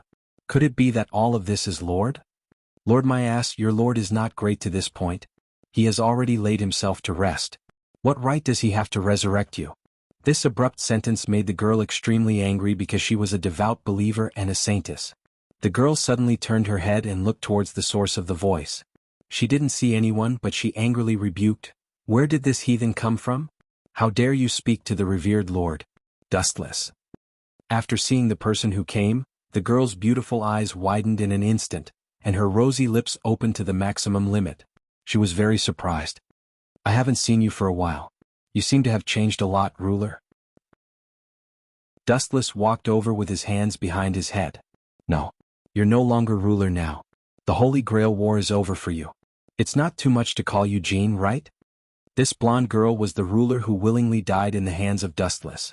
In fact, ruler didn't want to be enemies with Dustless, but due to the rules of the Holy Grail War, she chose to die in the hands of Dustless in the end. Could it be that you resurrected me? Jean asked with a strange expression. This kind of unbelievable thing was impossible if it was someone else. But if it was Dustless, Jean still remembered Atlanta, who was resurrected by Dustless. Chapter 47. Xiao Jiwu's heart was filled with complex emotions. Like an overturned bottle of 5 different flavors, sour, sweet, bitter, and spicy. You should reflect on yourself. Dustless took a deep look at Xiao Jiwu before he turned around and left. But as soon as he left, an uninvited guest blocked his way. Follow me. Mingyue Wu forcefully pulled Dustless's hand away. She used so much force that red marks appeared on her wrist. Why are you in such a hurry? Dustless didn't struggle as he allowed the girl to pull him. He studied Mingyue Wu's frozen expression.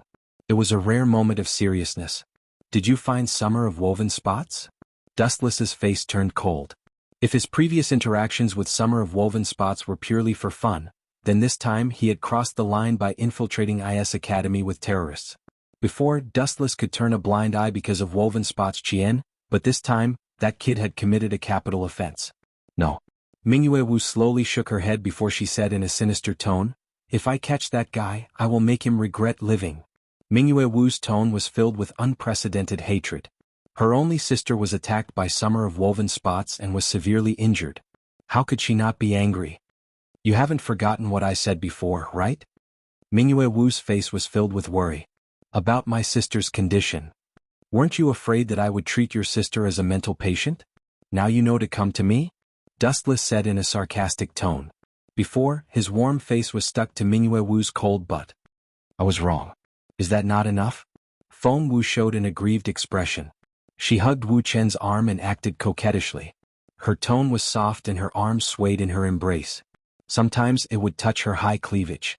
Dustless's heart was in turmoil as he glanced at the IS Academy uniform that was propped up high. He muttered in his mind, This kid is too developed.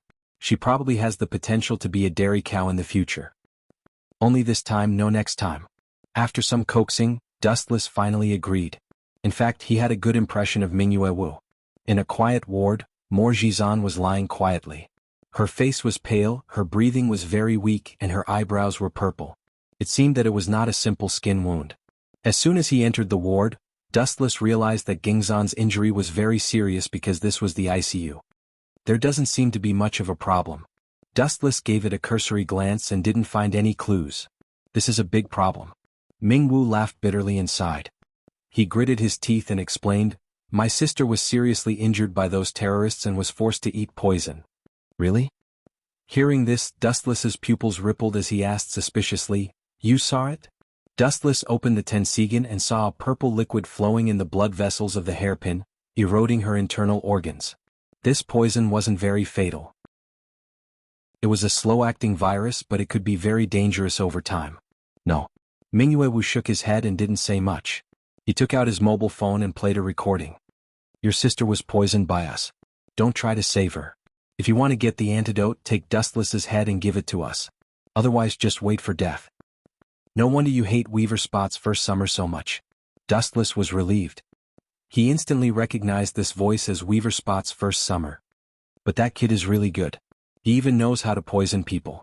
Wu Qin praised him politely, "You even know how to kill with a borrowed knife. Not bad." When a sunny and kind-hearted person falls into darkness, his heart will be more evil than anyone else. It's really true. You still praise him? Mingyu rolled her eyes, stomped her feet, and stared at Dustless angrily and said angrily, "I caught that guy and beat him until his parents couldn't recognize him. That guy and Shandong are orphans. I adopted them back then. They don't have parents." Dustless hugged his head, then looked at Mingyu expectantly and asked, "Speaking of which, why didn't you take my head and ask for the antidote as he wanted?" "The point is I can't beat you," Mingyu answered dejectedly. She was Dustless's disciple, and they were not on the same level at all. "Can you cure my sister's illness or not?" Mingyu looked at Dustless worriedly and said in a threatening and warning tone, "If you can't cure her, I might really do as Vega Summer asked. You just said that you're not my opponent, and now you want to fall out with me?" Dustless rolled his eyes at Mingyu, then said indifferently, "Don't worry, leave it to me." Cure? Dustless naturally didn't have that ability, but he had other methods. "You can leave first."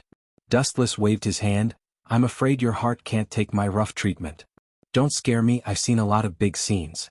Mingyu refuted, then stared at Dustless, who didn't seem to be moved at all. She had no choice but to leave. "If something goes wrong, you won't be able to be a man for the rest of your life." Mingyu raised her fist and looked at Dustless warningly, then blushed slightly. "You can't do anything excessive to my sister while I'm away, or I won't let you off." "Do something excessive?" Dustless had a strange expression and teased, "For example?" "Of course, you're not allowed to take advantage of the situation." Mingyu responded seriously, then said in a soft voice, "She's still young. If you really want to find someone to solve it, you can find me." When she said the last few words, Mingyu's voice couldn't be heard at all. Although she gave everyone the impression that she was the cheerful and bold type, it was really difficult for a girl to say such embarrassing words. "Since you said so, I won't be polite when the time comes." Staring at the graceful curves, Dustless smiled naughtily. Chapter 48. It was normal for Leonhardt to have complaints previously. After all, he was the one and only king of the Devil Realm. Just because of Dustless's words, he had to step down and get lost. This was 2F** king ridiculous. No matter how monstrous Wu Chen's strength was, at least Leonhardt had never seen it with his own eyes. This time, after experiencing it personally, he immediately understood the gap between them. The resentment in his heart towards Wu Chen also lessened a lot. A few minutes later, Kai woke up. When she saw Dustless, she immediately rushed over and could not help but burst into tears. Being betrayed by her family was indeed a heavy blow to a young girl who was not even 20 years old. After crying for half an hour, Kai finally fell asleep in Dustless's arms. After this incident, Dustless could feel that Kai had more trust in him. It was just like the saying, "A friend in need is a friend indeed." After carrying Kai back to her room to rest, Dustless turned around and left. On the way he bumped into Leah and Leonhardt. Seeing the two of them, Dustless said bluntly, "Kai said that she has no interest in the Underworld King's position, so Leonhardt will continue to be the Underworld King. Consider it as repayment for saving her life." Really? Leonhardt was extremely excited. There was actually someone in this world who voluntarily gave up the Underworld King's position? What a miracle! Dustless nodded gently. This was indeed what Kai said before. So, the world is finally peaceful. Leah's little face showed a satisfied smile. She actually did not have the ambition to conquer the world. Everything was fine as long as everything was safe. However, Leah's beautiful eyes flashed with a hint of uneasiness when she suddenly thought of the people from the Pivotal Council who escaped. Those who escaped were all lunatics who would do anything to unify the underworld. They were forced into a desperate situation and would do anything crazy. Boom boom boom. Boom boom boom. Boom boom boom. An unprecedentedly violent explosion suddenly resounded throughout the underworld. The destructive shockwave spread without limit. Wherever it went, all the buildings were turned into ashes. Crack crack crack crack. Everyone immediately walked out of the room and looked up at the sky. There were cracks on the blue barrier. Something incredible has appeared. Can even shatter my barrier. Dustless had a look of surprise on his face. He looked towards the source of the tremors and saw that it was a huge magic array. This magic array exuded an ancient and desolate aura. It was filled with a murderous intent that wanted to destroy everything. When it descended on this continent, everyone shuddered as they felt the aura of death. Even powerhouses of Lionheart's caliber broke out in cold sweat as they stared at the large magic array with fear in their eyes. The heroic spirit king who commands all heroic spirits, demon god Chaos.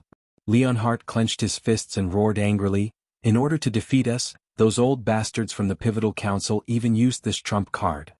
Yeah. Devil God? What a scary name. Dustless lazily placed his hands in his pockets, a strange light flashing in his eyes as he gazed at the behemoth slowly emerging from the magic array. "You look so excited." Leah was speechless as she explained solemnly, "Demon God Chaos will continue to summon heroic spirits. Even if we defeat him in the end, the demonic realm will eventually become a wasteland." "You won't have that chance." Dustless's body suddenly floated over and flew out of the barrier as he quickly flew towards Demon God Chaos. Whoosh whoosh whoosh. A large number of light beams came from all directions as the destructive shockwaves cut through the void. The deafening sound was enough to tear a person's eardrums. Dustless did not evade. He faced the light beam and rushed out. Is that guy crazy? Isn't he afraid of being blown to pieces? Leonhart was stunned. In his opinion, Dustless was courting death. Boom boom boom, the light beams came from all directions.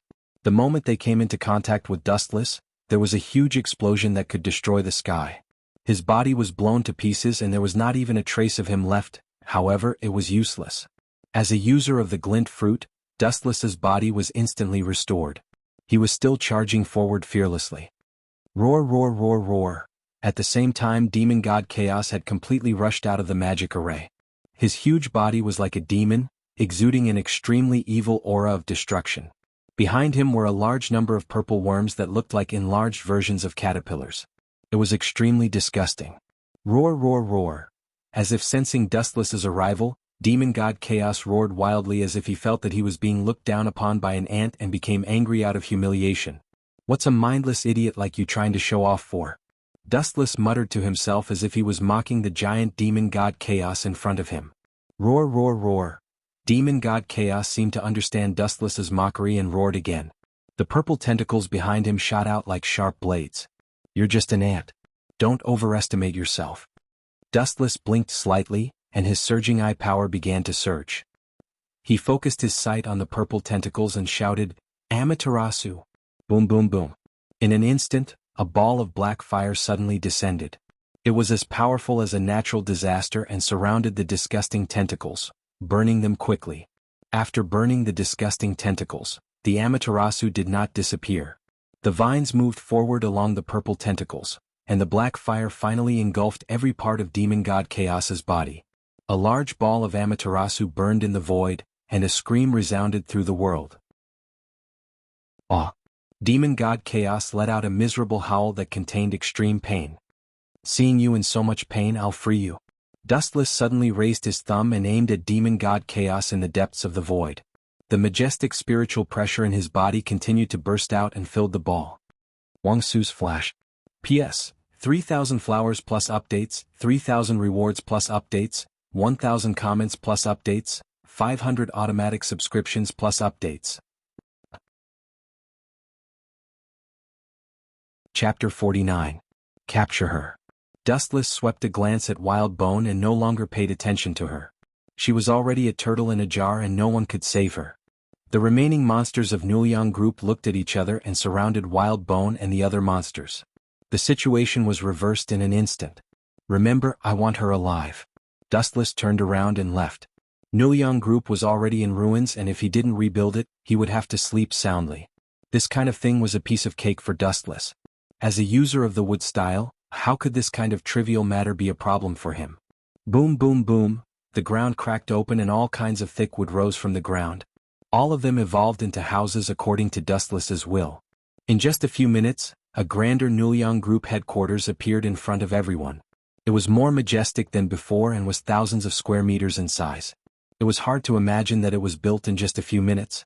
At the same time, Wild Bone was also captured alive. As for the other cadres of Feathered Fox, they were all killed. The reason why she was kept alive was because she was relatively valuable. Sorry, Lord Dustless, one of them escaped. After that, Bull Demon ran over with an ashamed expression. He didn't even dare to lift his head. It's fine as long as it's not Wild Bone and Violent Xidigarba. Dustless didn't care. The other monsters were all small fries. Only those two guys were considered to have some status. I'm really sorry, the one that escaped was Violent Xidigarba. Bull Demon's tone became even more ashamed. He lowered his head and looked like he was too ashamed to show his face. Hearing this, Dustless turned to look at Bull Demon. After a while he said, "It's fine if he escaped. He probably tipped off Feathered Fox." "Then what should we do next?" Bull Demon asked carefully.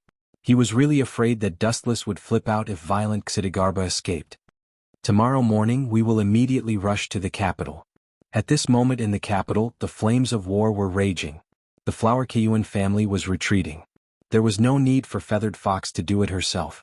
The monsters she brought were enough to easily annihilate the Flower Kayuan family. Especially after the demons in the wilderness submitted to the Feathered Fox, her strength increased by several levels. The Hua Kayuan family was no match for her at all. Their main camp was taken over by the Feathered Fox's subordinates. At this moment, in a barren mountain far away from the capital, the surviving Hua Kayuan clan was temporarily living there. Speaking of which, it was laughable that the world-famous Hua Kayuan clan had been chased out of the capital by the demons. They had no choice but to hide in the deep mountains and forests. But the current situation was like this. Feathered Fox's minions were too strong. She didn't even need to do it herself. Her minions were like fierce tigers, beating up the Flower Kayuan family. In the mountains there were countless abandoned caves. The members of the Flower Kayuan family were hiding in them. The once prosperous Flower Kayuan family had completely fallen. There were only a few dozen of them left. The rest had all died in battle. More than half of the capital had been destroyed because of this war.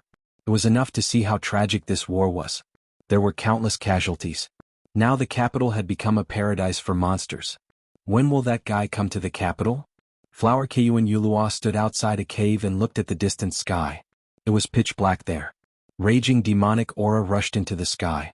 It was the capital. Ayaya. Little Yulua, you seem to have a special liking for that monster. How strange.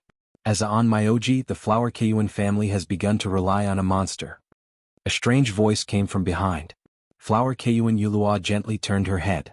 The person who entered her sight was Flower Kayuan Shuyuan, who was wearing a white Taoist robe. He had died 400 years ago. Now that he was able to see the light of day again, he was completely relying on the army destroyer used by Flower Kayuan Yulua.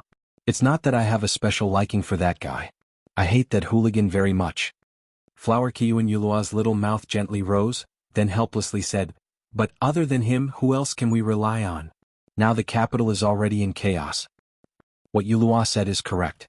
Although I also hate that guy, but we can only rely on that Dustless. If we only rely on our Flower Kayuan family, we will be done for. Long E, who was leaning on a rock, had a gloomy expression. If they wanted to defeat Feathered Fox, there were two important things, Army Destroyer and Amikihimaru. But Amikihimaru had already been destroyed by Dustless, so they could only rely on him. Kyoto. After the expulsion of Flower Kayuan family, this place had already become a hell on earth. Humans were cruelly killed or directly eaten by demons. In a certain mansion in Kyoto, a large number of demons gathered here. This was the former headquarters of Flower Kayuan family. The cadres here were all the subordinates of Feathered Fox. Bang bang bang bang. Sitting at the head of the table, Feathered Fox, who had always been elegant and calm, unexpectedly smashed the jade table in front of her into pieces. Her pale cheeks were filled with hostility. Kwangu was caught? Kakaka. Feathered Fox tightly clenched her little hand. It seemed as if her bones were about to burst. All the demons looked at each other in dismay. Everyone was as quiet as cicadas in winter. They didn't even dare to breathe. They knew that Feathered Fox was really enraged. They couldn't help but break out in cold sweat for Dustless. If other people died, Feathered Fox might not even look at them. But Kwanggu was different. Feathered Fox even treated him as her younger sister. Both of them had a deep sisterly relationship. If Kwanggu was caught, it would not be an exaggeration to say that he had caused a great disaster. Chapter 50. In Dustless's view, if you have to find a peerless person, there is no doubt that it is definitely Uchiha Itachi. But then again. Tsunade turned her head and looked at Dustless with curiosity in her eyes and asked, "You and that old man reached a secret agreement. What did that old man have to impress you?" Tsunade's words immediately attracted the attention of Jiraiya and Orochimaru, and they turned their heads and looked at Dustless with great interest on their faces. "Since you know, don't ask more." Glancing at Tsunade, Dustless rolled his eyes and ruthlessly broke Tsunade's fantasy. He turned his head and looked straight ahead. "You." Hearing this, Tsunade's mouth suddenly twitched, and her eyes were burning with flames. She glanced at Dustless fiercely and turned her head angrily. She inevitably cursed Dustless in her heart. "This has nothing to do with you," Dustless said coldly to Tsunade. Sandame's chip is naturally the Manjikyu Sharingan with Uchiha Kagami. The premise for the birth of the eternal Manjikyu Sharingan is the transplant of a relative's Manjikyu Sharingan. Although Uchiha Kagami is also an Uchiha, he has nothing to do with Dustless, and transplanting his Manjikyu Sharingan will definitely cause rejection. "Stop, something is wrong here." At this moment, Orochimaru suddenly shouted, awakening Dustless from his contemplation. Dustless suddenly froze and subconsciously looked at Orochimaru with a dignified face. The scene in front of him was quite strange. Whether it was Orochimaru, Jiraiya, or Tsunade, all three of them were cautious and vigilant, and they were looking at the surrounding environment from the corner of their eyes. Dustless was confused and didn't know what was going on. "Haven't you noticed yet? We've been surrounded," Jiraiya said with a gloomy face. His eyes were full of murderous intent. He squinted his eyes and emitted a cold light. It was extremely terrifying. The murderous intent all over his body spread out like a flood. The scene suddenly became extremely oppressive. Dustless lifted his gaze and spread it forward meticulously. He swept past all the substances in the eyeball, but his face was still filled with confusion. "Are you really a Kage-level powerhouse? Maybe your strength is like that, but how could Tsunade let go of such a good opportunity?" She was the first to attack Dustless with a face full of contempt and ridicule. Seeing that Tsunade was attacking Dustless, Orochimaru frowned and looked at her with dissatisfaction and said in a deep voice, "Now is not the time to joke around. Recently it hasn't rained here for a long time. It's very dry." Orochimaru's eyes looked around him as he spoke in an unusually indifferent manner. Immediately, the corners of his mouth curled into a dense sneer. At a glance, the surrounding land and mountains appeared to be in a withered state. The ground was even covered with sinister cracks. In such a dry and hot environment, there was indeed a puddle of water in front of them. "I'm sorry, this is my negligence." Dustless smiled awkwardly. He suddenly realized that something was wrong. He scolded himself for not being tempered enough. He wasn't as experienced as Orochimaru. After all, Dustless didn't even go to the shinobi school. Except for his strength, he didn't know anything about shinobi. Staring at the scattered water stains in front of him, Orochimaru smiled coldly. His pale face was full of murderous intent, like an Azura from hell. "Tsk, Orochimaru is worthy of being one of the Sannin. His insight is really extraordinary." A cold laughter suddenly sounded, accompanied by the sound of water droplets flowing. He suddenly looked up and saw that the large water stains in front of him were all flowing rapidly. In an instant, hundreds of figures appeared. The Mist Village? Looking at the group of figures in front of him, Dustless had doubts in his heart. He frowned unconsciously. If he remembered correctly, the battle with the mist was in the future. "Don't you know how to destroy the plot?" Staring at the fog that suddenly appeared inexplicably in front of him, Wu Chen was speechless. He didn't remember that the so-called plot had been shattered by him, a professional plot destroyer. "You guys, it seems like you're going to die." Orochimaru smiled cruelly as the wrinkles in the corner of his eyes kept twitching. He had already sentenced the mist to death in his heart. Orochimaru sneered again and again. The Mizukage was too naive and ignorant to think that he could defeat them with a group of weaklings. The 7 legendary swordsmen of the mist? Jiraiya was surprised as he looked at the 7 leading figures. The 7 legendary swordsmen of the mist were quite famous in the ninja world, but their old faces quickly turned cold. Aside from Dustless, the Sannin and the 7 legendary swordsmen of the mist weren't in the same dimension. The former could crush the latter even if they had the advantage in numbers. Scram if you don't want to die before I decide to kill you. Jiraiya stepped forward and stared at the mist ninjas. Numbers were nothing in front of absolute strength. One of the 7 legendary swordsmen of the mist also stepped forward and looked at Jiraiya with murderous intent. He looked at Jiraiya, who was much shorter than him, and sneered. Using the blood and lives of the Sannin as stepping stones to become famous, it's best. Dustless looked at the burly man who had spoken and ignored him. However, the young man beside the Watermelon Mountain River Ghost had attracted Dustless's attention. He had a shark face and a ferocious expression. He looked quite young and tall. He was much taller than the malnourished Dustless. Especially his beast-like eyes, no one dared to look down on him. Kisame? This is interesting. With a faint smile on his face, Dustless looked back and recognized the young man at a glance. He was the only one in the world who looked like a shark. Since you want to die so much, I will reluctantly send you to heaven. With a ferocious smile, Orochimaru pounced forward. His snake eyes were full of killing intent as he rushed straight towards the pufferfish ghost. Seeing this, Jiraiya and Tsunade also rushed toward the mist village with murderous intent. Chapter 51. A hint of struggle flashed across Isuna's pretty face.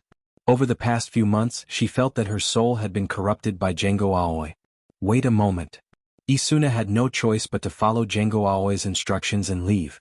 If she refused, this old man would beat her up again and humiliate her. The wise doctor in the past had gradually been driven crazy by Dustless. Sometimes he had a bad temper and was no different from a mad dog, biting whoever he saw. You will be obedient. Gengo Aoi said with a fake smile, like a demon that could speak. The Yujin wanderer felt his hair stand on end. He felt that this old man was a monster in human skin. After a while, the unconscious man and woman were brought over by Isuna. They don't deserve to be with me. I knocked them both out.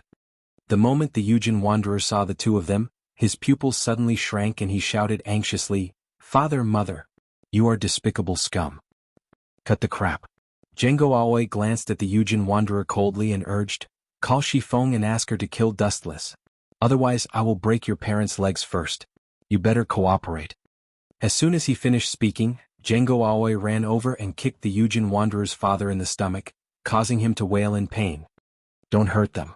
I agree to your conditions. Forced to make a choice, the Yujin wanderer compromised in despair. There was no other way. How could he watch his parents be killed? That was absolutely impossible. Time flew and 3 days passed in the blink of an eye. During this period of time, everything was calm and tranquil as usual. However, Wuxia noticed that someone had changed. Shifeng, who was usually meticulous in his work, had become absent-minded. He was often absent-minded in class and looked absent-minded. In his impression, Shifeng was meticulous and serious in everything she did. On this day, Shifeng came to take care of Lucy as usual. Perhaps it was because they were the same kind, but Lucy was very close to Shifeng. After all, they were both legendary Pandora. Perhaps there was a resonance in their souls. The usually cold Lucy would occasionally laugh like a silver bell. Teacher Dustless, I want to take Lucy out for a walk today, Shifeng said to Dustless abruptly after helping Lucy put on her clothes. Go for a walk? Can't we do it in school? Dustless, who was reading on the sofa, raised his eyebrows and hesitated. If a legendary Pandora went berserk, the consequences would be unimaginable. Forget it. Go. Remember to be careful. Wu Qin originally wanted to refuse, but when he saw Lucy looking at him with an expectant look, his heart softened in the end. Upon hearing Dustless's agreement, Lucy immediately revealed a bright smile that was as warm as the sun. Speaking of which, you seem to be a little absent-minded recently. You're also in a daze during class, Shifeng. Dustless put down his book and asked Shifeng, is it because of that Reaper of yours? I've heard about him from Lisabeth. He hasn't returned to class yet. If there's anything I can help you with, just let me know. After all, you helped me solve Lucy's problem. As expected, I can't hide anything from Teacher Dustless. Shifeng sighed inwardly and shook her head to indicate that she wasn't. Only her expression was a little stiff. Something happened at home. My parents' health is getting worse. Shifeng found a reason to deal with it. Jengo Aoki had threatened her to kill Dustless. To be honest, she couldn't do it. Shifeng thought of other strategies to solve the problem. I'll go to your house to take a look. I have a unique understanding of medical skills. Dustless's sudden recommendation caught Shifeng off guard. She hurriedly refused. It's just a common cold. I'll be fine after taking some medicine. Is that so? Then send my regards to your parents. I hope they can recover soon. It's getting colder now. More and more people are catching colds. Dustless didn't talk nonsense. If he continued, it would only make things worse. However, a sharp glint flashed in his eyes. The more Shifeng said this, the more it meant that there was a big problem. After about half an hour, Shifeng and Lucy finished their meal. They changed their clothes and went out. They were beauties with good figures. Therefore, when they went out, they attracted a lot of attention. Shifeng was fine, but she was surprised when she saw Lucy. During this period, Dustless didn't stay idle. He went to the third year to find Elizabeth, but she wasn't there. He had no choice but to come to the girls' dormitory. As soon as Dustless appeared, it caused a sensation. Many girls rushed to surround him. Dustless, who was squeezed in the crowd, was even molested. In the end, he had to use invisible clone to deal with it. These years, the students are getting crazier. I thought that the seniors would be more rational. I didn't expect them to be the ones who can't control themselves. Dustless, who escaped from the disaster, hid under the shade of a tree and gasped. If he left later, his clothes would have been torn apart. Your embarrassed look is really interesting. Diske, I didn't expect you to have such a cute side. It turns out that you're not invincible. You didn't run away from a group of female students. How funny, huh? Suddenly, a figure appeared in his eyes. After seeing this person, Dustless frowned slightly. Lana Lin Chin. Facing the girl's ridicule, Dustless's eyes were calm. He wasn't angry at all. Those are my students. Have you ever seen a teacher fight with her students? Besides, if they treat me like that, it means that I'm very popular. If you think that you can anger me by saying that, you're too funny, Lana. Chapter 52. The small amount of information obtained from the bundle of Shao indicated that this was an organization established during the Second World War. It didn't belong to any country, nor did it have any religious beliefs. No one even knew where it originated from. As for the organization's internal scale, purpose and personnel, this series of secrets was even more unknown. Inside the IS Academy, Dustless sat in his office. There was a thick stack of documents on the table in front of him. This was the first batch of documents that had been delivered. The content was almost all reports on the IS industry. However, the useful information was pitifully little or none. Currently, one thing was certain.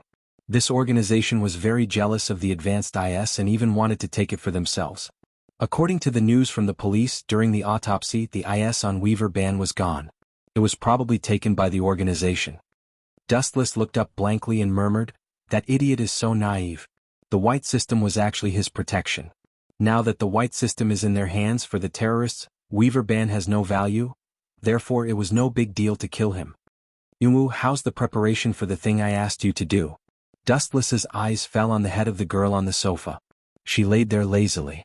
Perhaps because it was too hot, her collar was casually open, and the huge jade ball was about to jump out. However, with the terrorists bothering him, Dustless really didn't have the mood to appreciate this beautiful scene.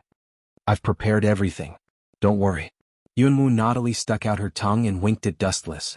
Then, her face showed a rare look of worry. "But are you serious? Now the whole world is in an uproar." "Of course." Dustless gently nodded and immediately frowned. "It's just an IS competition. Is it as exaggerated as you say it is? If it was a normal IS competition, it would definitely not attract attention. However, the prize for the final winner is too rich. Not to mention others, even I am tempted." She pouted and narrowed her beautiful eyes. "The winner is actually a fourth-generation machine personally built by Dr. Xiao Zhizhi. How many people are not tempted? This is only part of the reward." Dustless smiled mysteriously. He opened the drawer and placed some blueprints on the table. "Take a look. Although the fourth-generation console is good, it's not as important as these things. It's just a few pieces of paper. What's so strange about it?" Even more, Mingwu scoffed. However, out of curiosity, he still picked it up and took a look. Before she had time to read the content, she only saw a few eye-catching words on the design page. Her expression instantly froze, and her lips opened and closed several times. In the end, she exclaimed in shock.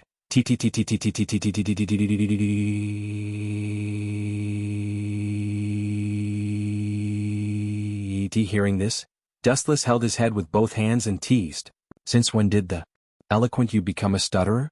Isn't it just the 5th generation IS design? Look at how shocked you are. Isn't it just the 5th generation design?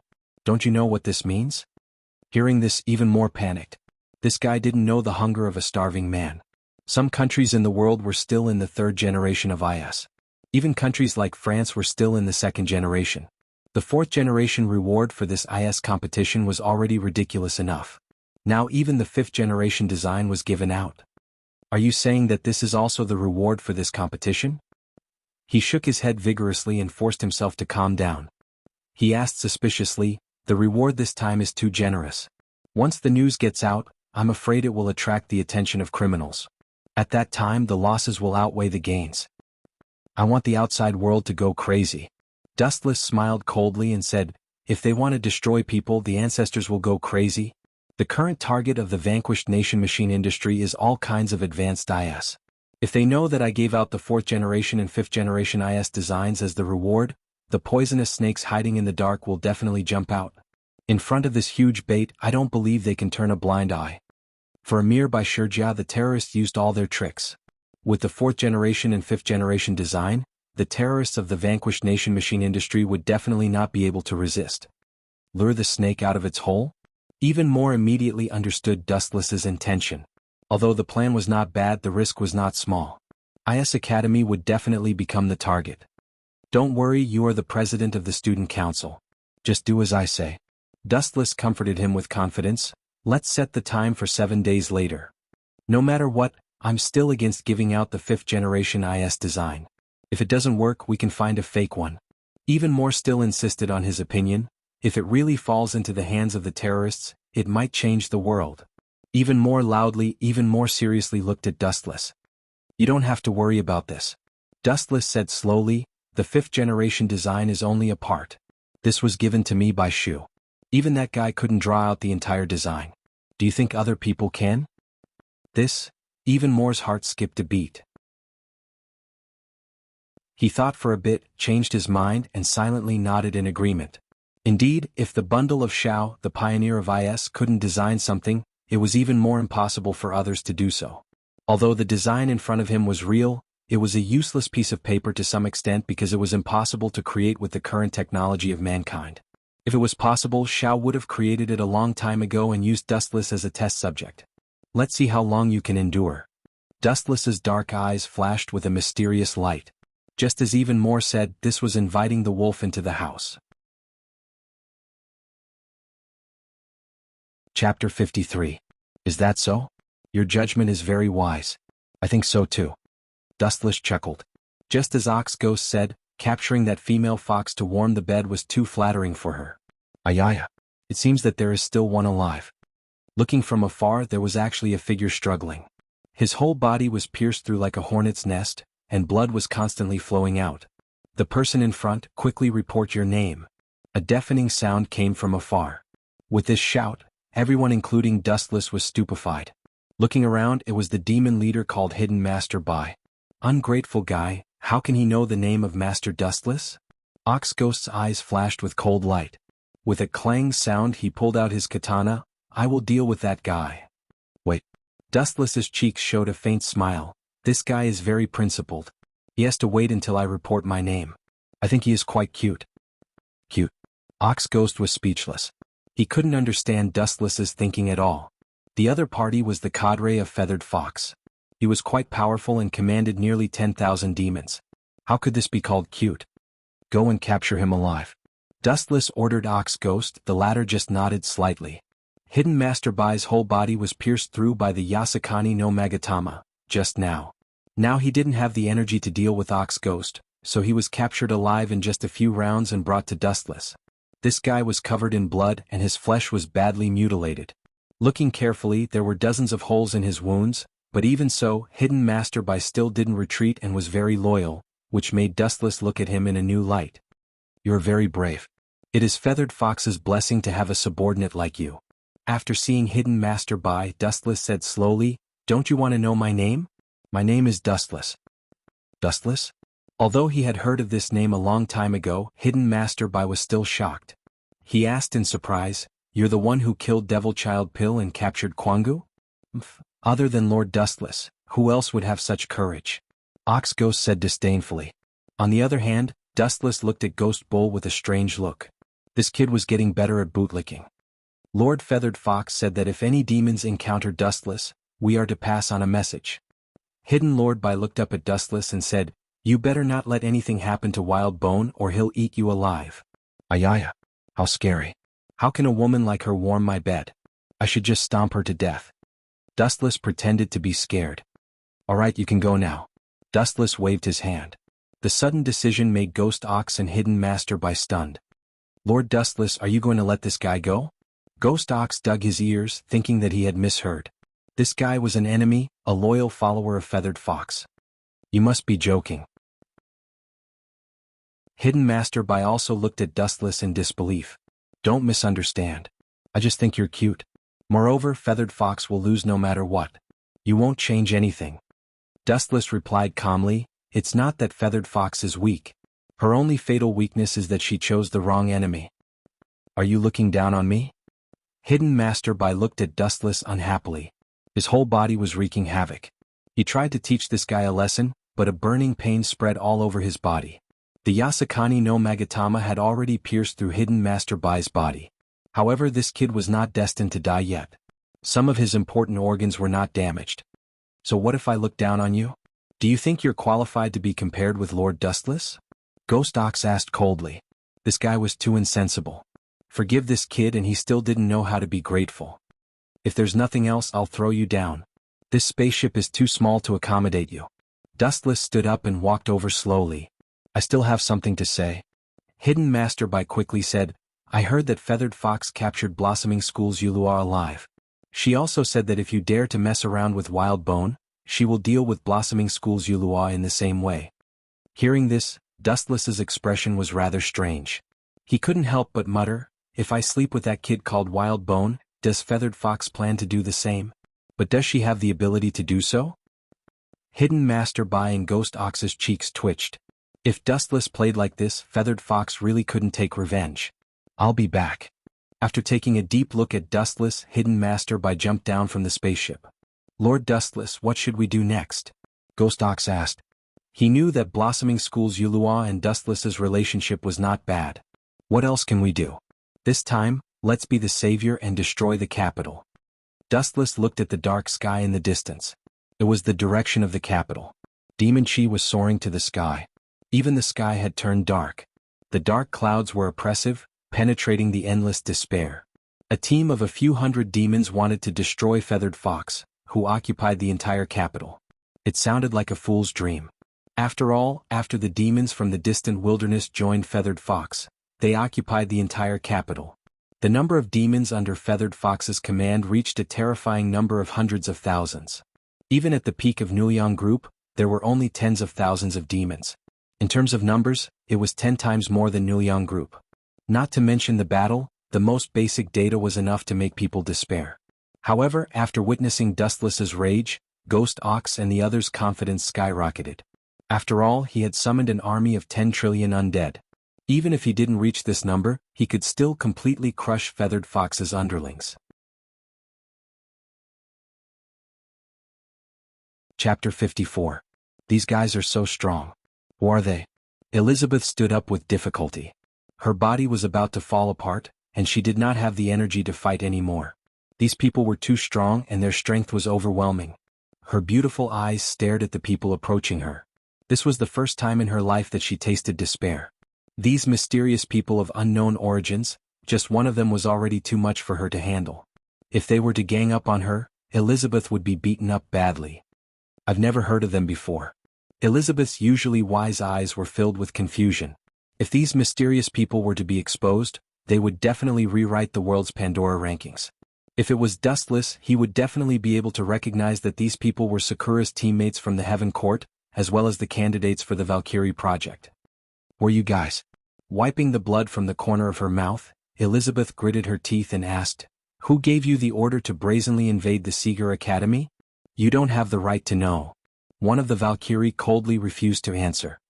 In short, everyone who is related to Wu Qin is our target and must be killed. Regardless of whether their relationship is good or bad, they must be executed. For example, you. If you want to hate someone, go to hell and hate that guy for offending someone he shouldn't have offended. Hearing this, Elizabeth's face turned pale. It turned out that she was not the only one who had suffered misfortune. For example, Chadalisa was probably doomed as well. These words are really scary. Anyone who is close to me, regardless of whether they are friends or enemies, must be killed? This is indeed the style of that old man Aoi Django. A lazy voice suddenly sounded, and the Valkyries frowned. Only Elizabeth felt like she had broken out of a cage. She was very familiar with this voice and knew that it was Dustless. You're that Dustless? The Valkyrie with glasses asked, and then took the initiative to introduce herself. I'm Franca Portia, and they are. I'm not interested in listening to your self-introduction. Dustless's face was filled with solemnity as he spat out a bone-chilling breath. Get lost before I'm really angry. Take that Heaven Court Sakura with you. Remember, get lost far away and don't appear in my sight. Teacher Dustless, you. These words immediately caused Elizabeth to be astonished. She found it hard to believe. In her impression, Dustless was rarely so serious, especially when he flipped out at girls. Right now, it was as if he was a different person. What did you say? The Valkyries were furious and looked at Dustless with resentment. They were used to being high and mighty. Talking to Dustless was already showing them mercy. This bastard actually told them to scram. He was simply too arrogant. Stay away, Elizabeth. Dustless stood in front of Elizabeth and said straightforwardly, there may be a lot of noise later. It won't be good if it affects you. Run for your life. I understand. Elizabeth nodded obediently and quickly stood up to leave. As she jogged away, she did not forget to turn her head to look at Dustless. He was especially scary in this state. Elizabeth even had a feeling that the usually gentle teacher was really angry now. Maybe it's because of Chadalisa. Elizabeth guessed. Previously, the Valkyries had said that anyone related to Dustless, good or bad, would be wiped out. Obviously, Chadalisa and her sister, Biolit, were also the Valkyries' prey. That was why Dustless had shown such a scary expression. The few of you will die a horrible death. Dustless's eyes were bloodshot. In a hoarse voice he said, I gave you a chance to escape but you didn't cherish it. Then all of you will die here. Watch your tone, you bastard. One of the Valkyries angrily glared at Dustless. Her name was Kristen Evra and she came from England. She had a bad temper to begin with, and after being repeatedly looked down upon by Dustless, she couldn't hold back her anger and swooped down. Her speed was so fast that it was fleeting. Seeing this, Dustless gently raised his right foot. Murderous aura burst out of his body, and the light on his foot gathered as he kicked out. Lightspeed kick. The speed of light was so fast that Kristen Evra did not even have time to react before she was engulfed by the destructive light. Boom, boom, boom. Blazing flames burst out of the girl's body. Her flesh and blood were instantly burned to ashes and she died on the spot. The flames spread and the void boiled, burning everything around her. What a vicious move. The other Valkyries' expressions changed drastically. Realizing the danger, they hurriedly retreated. Not to mention being kicked, just the flames alone were enough to burn them to death. If they tried to get close, they would definitely meet a tragic end. The fate of Christine Evra, who was swallowed by the fireball, was self-evident. She was afraid that not even her bones were left. She was kicked to explode by Dustless. Not even the remains of her body were left. Everything was incinerated. You bastard. Their good sister was instantly killed by Dustless, and the other Valkyries were furious. They gritted their teeth and wanted nothing more than to kill Dustless immediately. You all have this expression of hatred. It seems that you have to die. You have been brainwashed by Django Aoi too deeply. There is no saving you. When it was time to destroy Flowers, Dustless would not be merciful. These people were loyal to Django Aoi, and if he let them go they would definitely seek revenge on Chataraza and the others. At that time they would definitely cause a lot of trouble. It was better to eliminate them now. Heavenly Hand. The eye power of Rinnegan Sharingan was launched, and Wu Qin disappeared silently, crossing layers of space, and appeared behind Valkyrie like a ghost with a cold face. Chapter 55. What should we do? Red Rider looked at Sieg and asked, now there are only two of us left. Sieg's eyes reddened as he thought of the Black Rider who died tragically. The way he looked at Dustless became exceptionally hostile and bloodshot. What else can we do? Of course we have to die together. This guy killed my best friend and I can't forgive him. You mean Althophel, right? Dustless also understood the conflict between the two. Although that guy was indeed killed by Atlanta, I think it's still necessary to clarify some things. First of all, Dustless cleared his throat and explained, Althophel was dissatisfied with the Black Lancer's order and was tired of it. He had nothing to do with this Holy Grail war, so he deliberately died in the hands of Atlanta. Sieg's eyes flickered when he heard the words and he looked a little surprised. He died on his own. He didn't know about this. But, no matter what, you killed him. This is a fact. Don't try to quibble, Sieg gritted his teeth and said. I don't intend to quibble with you. If you want revenge, just come. But I have to remind you that you can't do anything by yourself. You're just a clone who has been blessed by the gods.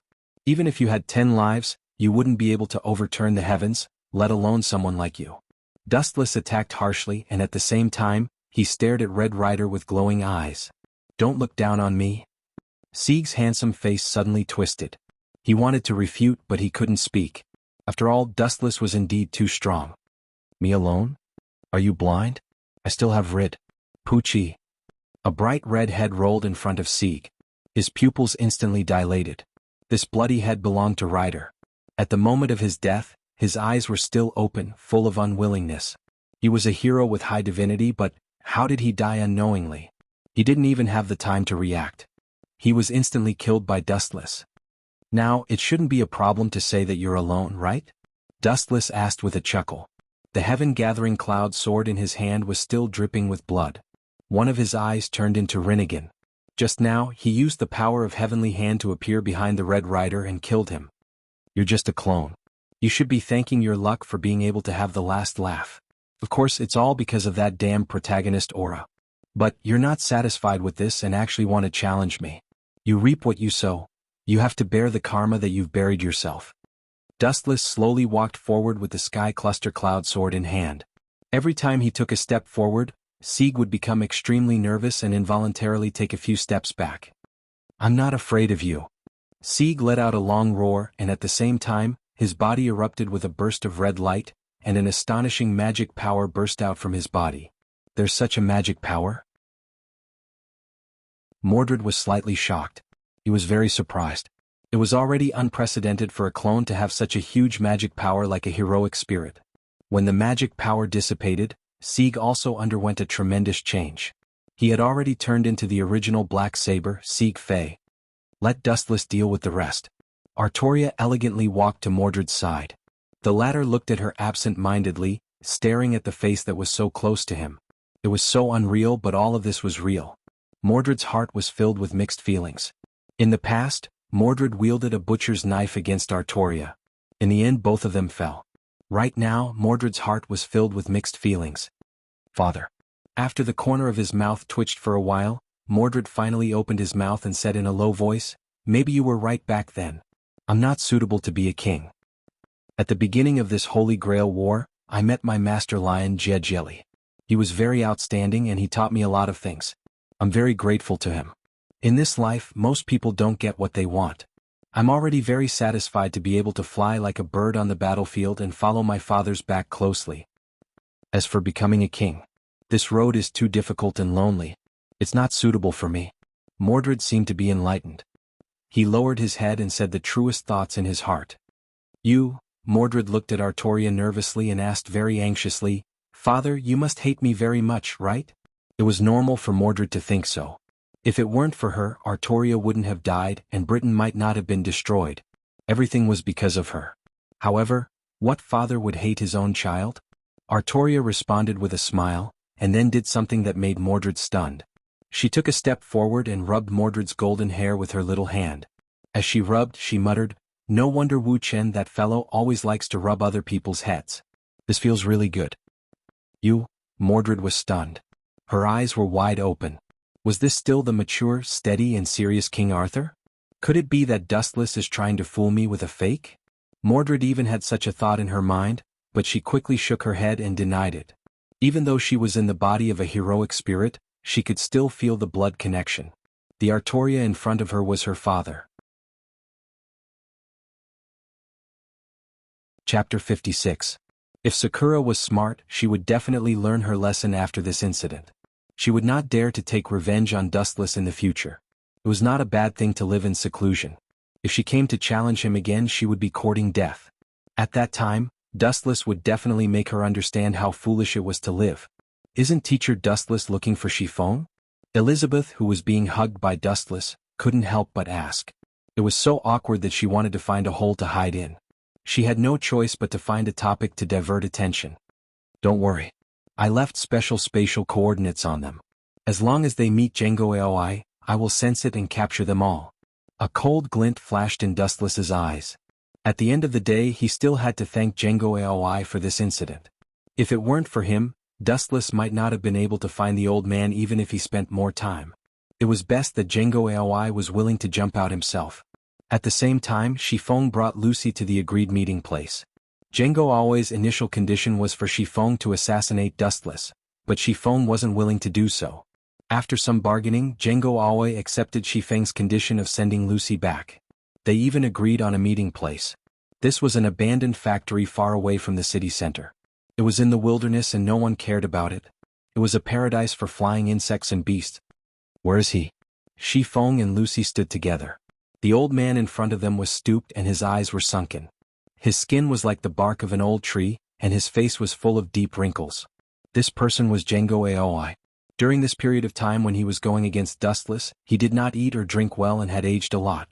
In addition, he was already old and his body was getting weaker and weaker. He might die one day. Django AOI stared at Chiffon with mixed emotions. Chiffon was also a legendary level Pandora, but something had gone wrong during an experiment back then, causing her to be traumatized. In the end, she could not bear the torture and ran out of Django AOI's laboratory. When he thought about how Chiffon was now Dustless's subordinate, Django AOI's heart ached. He had created Chiffon. What was the difference between him and her father? Tell me, why are you helping Dustless? You should know about that guy's evil deeds. Wuchen hurt Kazuya. He is your nephew. Why are you still helping Wuchen? Aoi Django looked at Chiffon bitterly. Tears flowed down his face as he spoke. Put away your acting skills. You know that I'm different from Lucy and the others. The other legendary level Pandoras are closer to Maria in nature, and I'm 99% human. After experiencing so many things, I already have my own opinions. Do you think I'll believe your nonsense? That's right, Lucy said with a smile. She didn't know what to say, but she didn't know what to say. Upon hearing this, Django AOI was furious. His tears stopped as he said angrily, Chiffon, no matter what, there's one thing you can't deny. I'm your creator, your father, and Kazuya is your nephew. I'm your daughter? Chiffon seemed to have heard the funniest joke in the world. He opened his eyes in an instant and stared at Aoi Django. He pointed at Lucy beside him and unceremoniously exposed Aoi Django's nonsense. Are you treating us as weapons or as daughters? Since I'm your daughter, why did some technicians in your laboratory say that I was a puppet? That included Lucy and the others. If you really treated them as your daughters, why did you seal Lucy and the others? Which father would seal his own daughter? This? Django AOI stammered for a long time but could not explain the reason. He could not help but feel a little angry. Weren't all Pandoras with intelligence problems? Why was Chiffon so eloquent that he was speechless? Fortunately, Cassandra and Lucy are different from Chiffon. Django AOI heaved a sigh of relief and suddenly felt lucky. If the other Pandoras were as smart as Chiffon, he might not have been able to control them. Let's end the chat here. Call Jinren out. I brought Lucy here. From now on, we don't owe each other anything. Chifeng's tone was very cold, like a machine. If anyone who knew her saw her like this, they would definitely be shocked. Sorry, that's impossible. Stop dreaming. She's just a test subject. Since they had already shed all pretense of cordiality, Django AOI did not hide it anymore. He immediately changed his expression. If you don't kill Dustless, I won't hand her over to you. It was because of the words a test subject that Lucy felt an inexplicable pain in her heart. She bit her lower lip with her silver teeth. Shameless guy, are you going back on your word? Chiffon revealed a rare expression of anger. She clenched her fists and a strong aura erupted from her body. Don't force me to attack. You have no chance of winning. She did not expect Django AOI to be so shameless.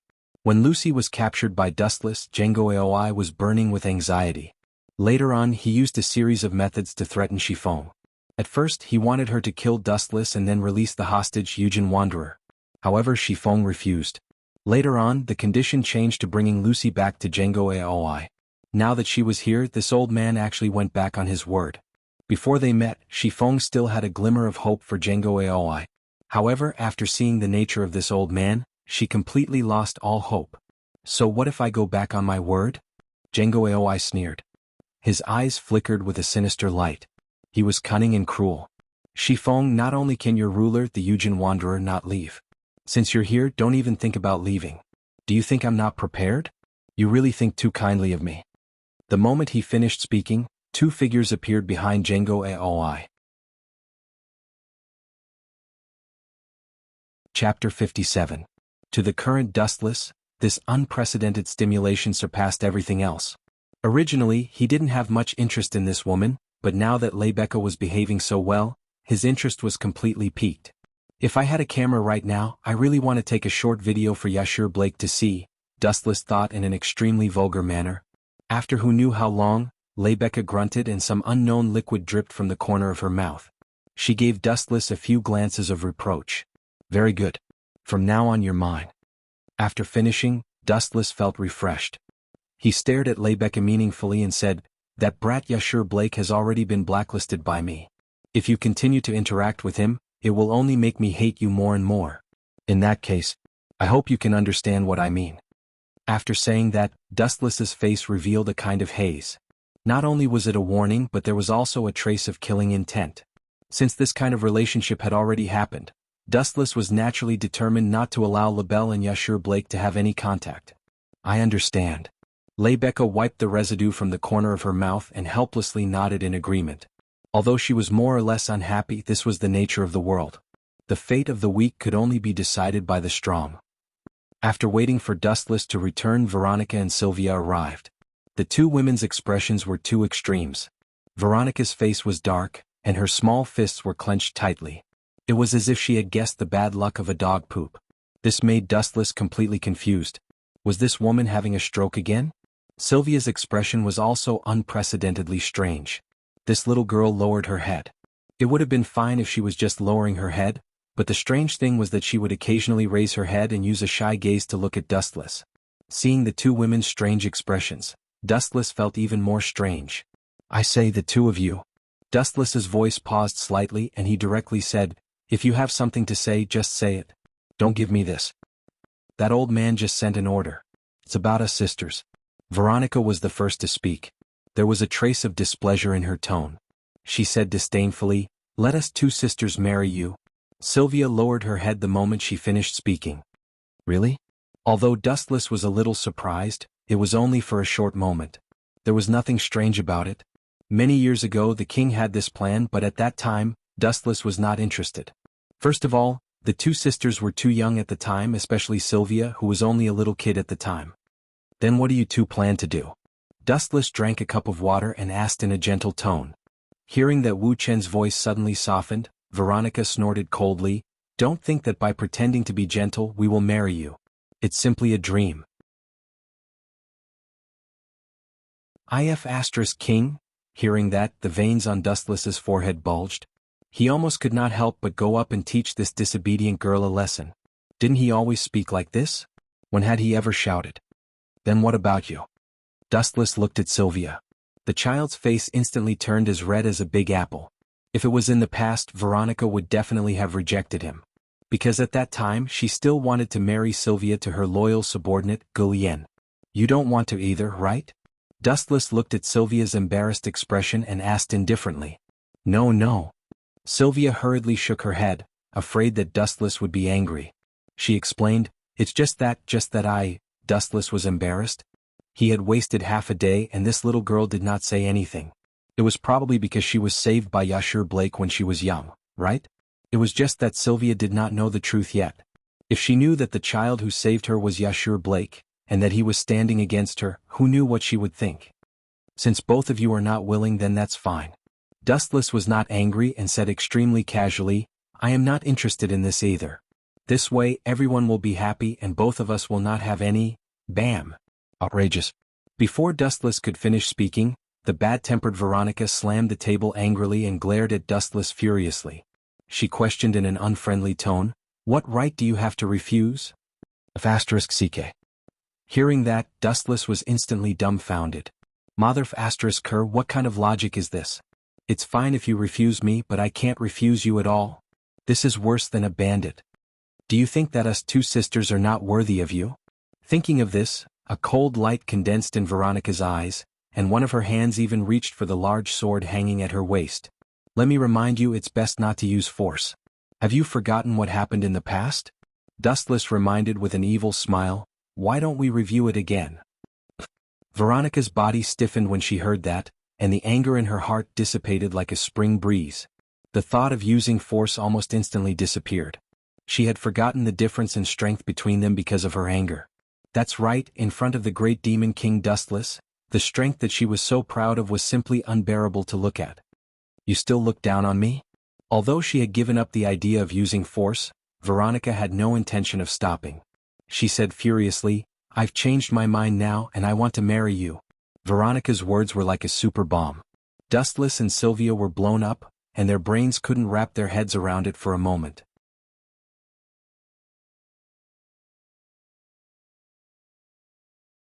Chapter 58.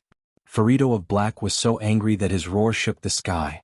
If Keely was here at this moment, she definitely wouldn't mind tearing her into pieces and burning her bones to ashes. How did I raise such an ingrate? I should have killed her back then. Why aren't you doing it? Dustless provoked. If you don't do it, I'll cut you up and feed you to the fish. Leviathan of White's mouth twitched. He smiled but didn't say anything. If it was someone else, he would definitely snort. If it was Dustless, thinking of this, a part of his body started to hurt again. Dustless had tested a similar experience on him before. That was why Leviathan of White was so afraid of Dustless. If you want to die, I'll fulfill your wish. Ferrito of Black roared again and again. The moment he finished speaking, it was as if a legendary god had spoken. The void suddenly dimmed. Dustless and Leviathan of White both looked at the sky subconsciously. Both of their expressions changed. In the depths of the sky, a huge meteorite suddenly appeared and smashed toward the two of them. He can even create meteorites? Even though he knew that Ferrito of Black was abnormally powerful, Leviathan of White's eyelids still twitched when he saw the huge meteorite. Isn't this too much of a freak? Humph, are you scared out of your wits? Seeing Leviathan of White's shocked expression, Ferrito of Black was quite proud.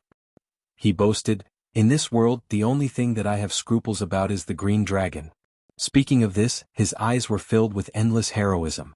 The green dragon was temporarily eliminated. Didn't that mean that the world was right in front of him? But, the guy who can kill the green dragon, what kind of existence is he? Since when did such a person exist in this world? Ferrito of Black thought of the powerful existence that could kill the green dragon and suddenly had scruples in his heart. Because she had just been born, she didn't have time to investigate. So it's a meteorite. It does look good. Dustless also raised his head and looked at the huge meteorite falling from the sky. He said softly, "It's created using superior elements, right? This ability is so convenient. It can even create life." Not only the meteorite that covered the sky, but even Keely was created by Black Frito using superior elements. Just because it looks good? Let alone a human like you, even a dragon can easily destroy a giant meteorite like this. Black Ferrito raised his head and puffed out his chest as he spoke loudly and confidently. "You can't even withstand a single blow." Hearing this, Dustless curled his lips in disdain and mocked, "I don't have anything to say. You're just a frog in a well." With that, Dustless pointed at the void. Wang Su's flash. Boom boom boom. A huge beam of light shot towards the sky at an extremely fast speed. It disappeared the moment it left Dustless's hand. Rumble. Rumble. Rumble. A huge tremor came from the void, and the sky that had been darkened by the meteorites cleared up once again. Black Frito raised his head with a dumbfounded expression. The meteor that was a few kilometers in size had now turned into countless debris. Gulp. White Leviathan did not stop as he exclaimed, "Good, good, good, good, good, good, good, good. It would be fine if it was just a small meteorite." Looking higher up in the sky, there was a huge boundless black hole in the void. It was also created by the power of Void Flash. It was obvious that the power of the meteorite was only a small part of it. Impossible. After Black Frito recovered from his shock, he screamed in disbelief as he shook his head. This is definitely a trick. How can a mere human control this power that only gods can have? Trick. Dustless could not help but laugh as he looked at Black Frito playfully. Are you here to be funny? You can even say something like a trick. Why don't you do one for me now? Black Frito looked at Dustless silently as a strange light flashed in his eyes. After a while, he said, Are you interested in cooperating with me? No. Dustless rejected him straightforwardly. He had heard similar words countless times. There was no such thing as cooperating when the situation was not good. Moreover, Black Frito gave Dustless a very bad impression. This kind of guy should be eliminated as soon as possible. Cooperation was complete nonsense. Don't be in a hurry to reject me. Black Frito smiled confidently and said temptingly, If you and I work together, taking down this world is a piece of cake. How about we split it in half? That's it. Dustless looked even more disdainful. At the same time, he glanced at White Leviathan. This guy's expression was a little strange. White Leviathan had made the same condition in the past. You idiot, did you lose your mind from the shock just now? How can Master Dustless agree to such a ridiculous condition? White Leviathan was the first to speak as he mocked, Even if you give the whole world to Master Dustless, he will definitely not be moved. That's right. Dustless nodded. That was indeed what he meant. If he wanted to conquer the world, he would have done it long ago. There was no need to go through so much trouble to cooperate with others. It was too superfluous. Therefore, no matter what nonsense Black Frito said, it was impossible in Dustless's eyes. Because no matter what, it meant that it was impossible. It's not that easy to conquer the world. Although Green Dragon is temporarily dead, he won't die at all. There was a trace of hatred in Black Frito's eyes. He seemed to have a lot of resentment towards Green Dragon. He said, Only I know where his real body is hidden.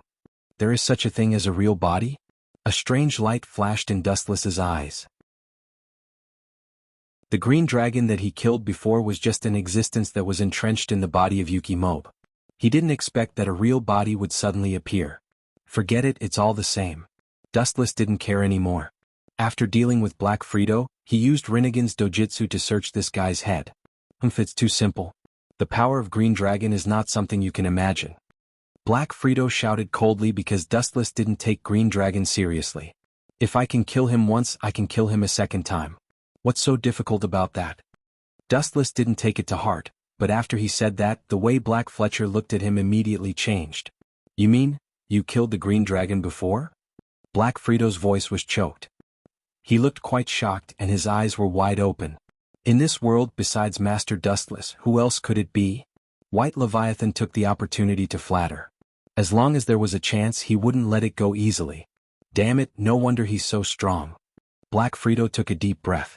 He thought it was just a small fish, but he didn't expect to kick an iron plate this time. I just killed him along the way, Dustless said calmly. It was really like that. If Green Dragon didn't take the initiative to jump up, Dustless would never find trouble with Green Dragon. In the end, it was the other party who was looking for trouble. It couldn't be blamed on him. Don't tell me you're scared? Noticing that Black Frito suddenly became silent, the disdain on White Leviathan's face was even more obvious. He mocked, You idiot, where did your confidence go? This sentence suddenly poked Black Frito's sore spot. He snorted and didn't reply. Instead, he stared at Dustless faintly. It wasn't hard to see that Black Frito was completely terrified at this moment. If she knew that the culprit who killed Green Dragon was Dustless, she wouldn't dare to provoke him even if she was beaten to death because the difference in strength between them was like heaven and earth. One had to understand that Green Dragon was Black Frito's natural enemy, and Dustless killed her natural enemy. One could imagine how terrifying his strength was just by thinking about it. There was dead silence between heaven and earth. It was so quiet that it was a little depressing. Hee hee, you deserve it. Let's see what you're going to do. On the other side, White Leviathan raised the corner of his scary mouth, and his head revealed a gloating smile. This bastard, he used to bully me because he was strong. Now he's stupid, right? Did he kick an iron plate? This bastard who was watching the show, he didn't even remind me. He must have done it on purpose. He wants to kill Green Dragon with a borrowed knife. Does he want to kill Green Dragon with a borrowed knife? Black Frito was so angry that his ferocious face twitched.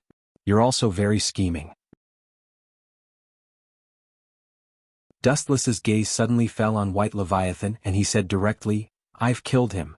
There's nothing in this world that can stop you, right? Dustless suddenly remembered the words of the Dean of the Academy. No matter what kind of dragon it was, they all had the ambition to rule the world.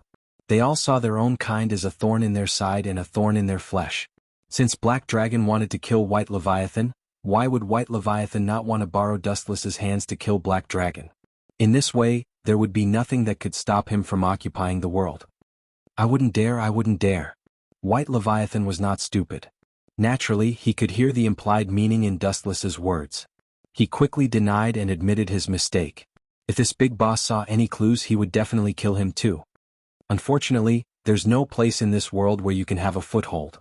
Dustless looked at White Leviathan and said directly, I've already given the ruling rights of this world to Grey Dragon. You're on your own in the future. Hearing this, White Leviathan's huge body stiffened slightly, and the air froze for a moment.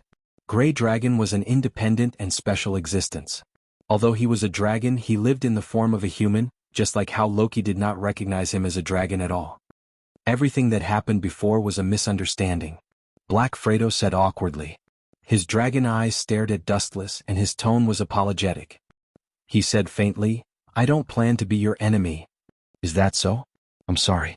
Dustless's tone was cold and he said impolitely, I plan to be your enemy. Previously, Keely had asked Dustless to kill Black Fredo. It would have been fine if he hadn't met him. Now that this guy was right in front of him, how could Dustless just watch Black Fredo leave? No way. If he let this guy go, it would be hard to explain to Keely. I'm giving you face but you don't want it. You don't know what's good for you. Black Fredo's eyes were spitting fire, and her eye sockets were about to burst. She felt that she had already given enough face to Dustless. She had even addressed him as you, but this guy still wouldn't let her go. What? Black Fredo and Dustless didn't have any grudges. At most we'll fight to the death. Black Fredo kept roaring, and his body was emitting a biting cold aura and madness of perishing together. However, this guy still didn't dare to make a move. It could be seen that he was just talking nonsense. Are you afraid of death? Dustless sneered and said with disdain, since you're not moving then I'm coming, whoosh whoosh whoosh. As soon as he finished speaking, Dustless turned into a beam of light and shot out.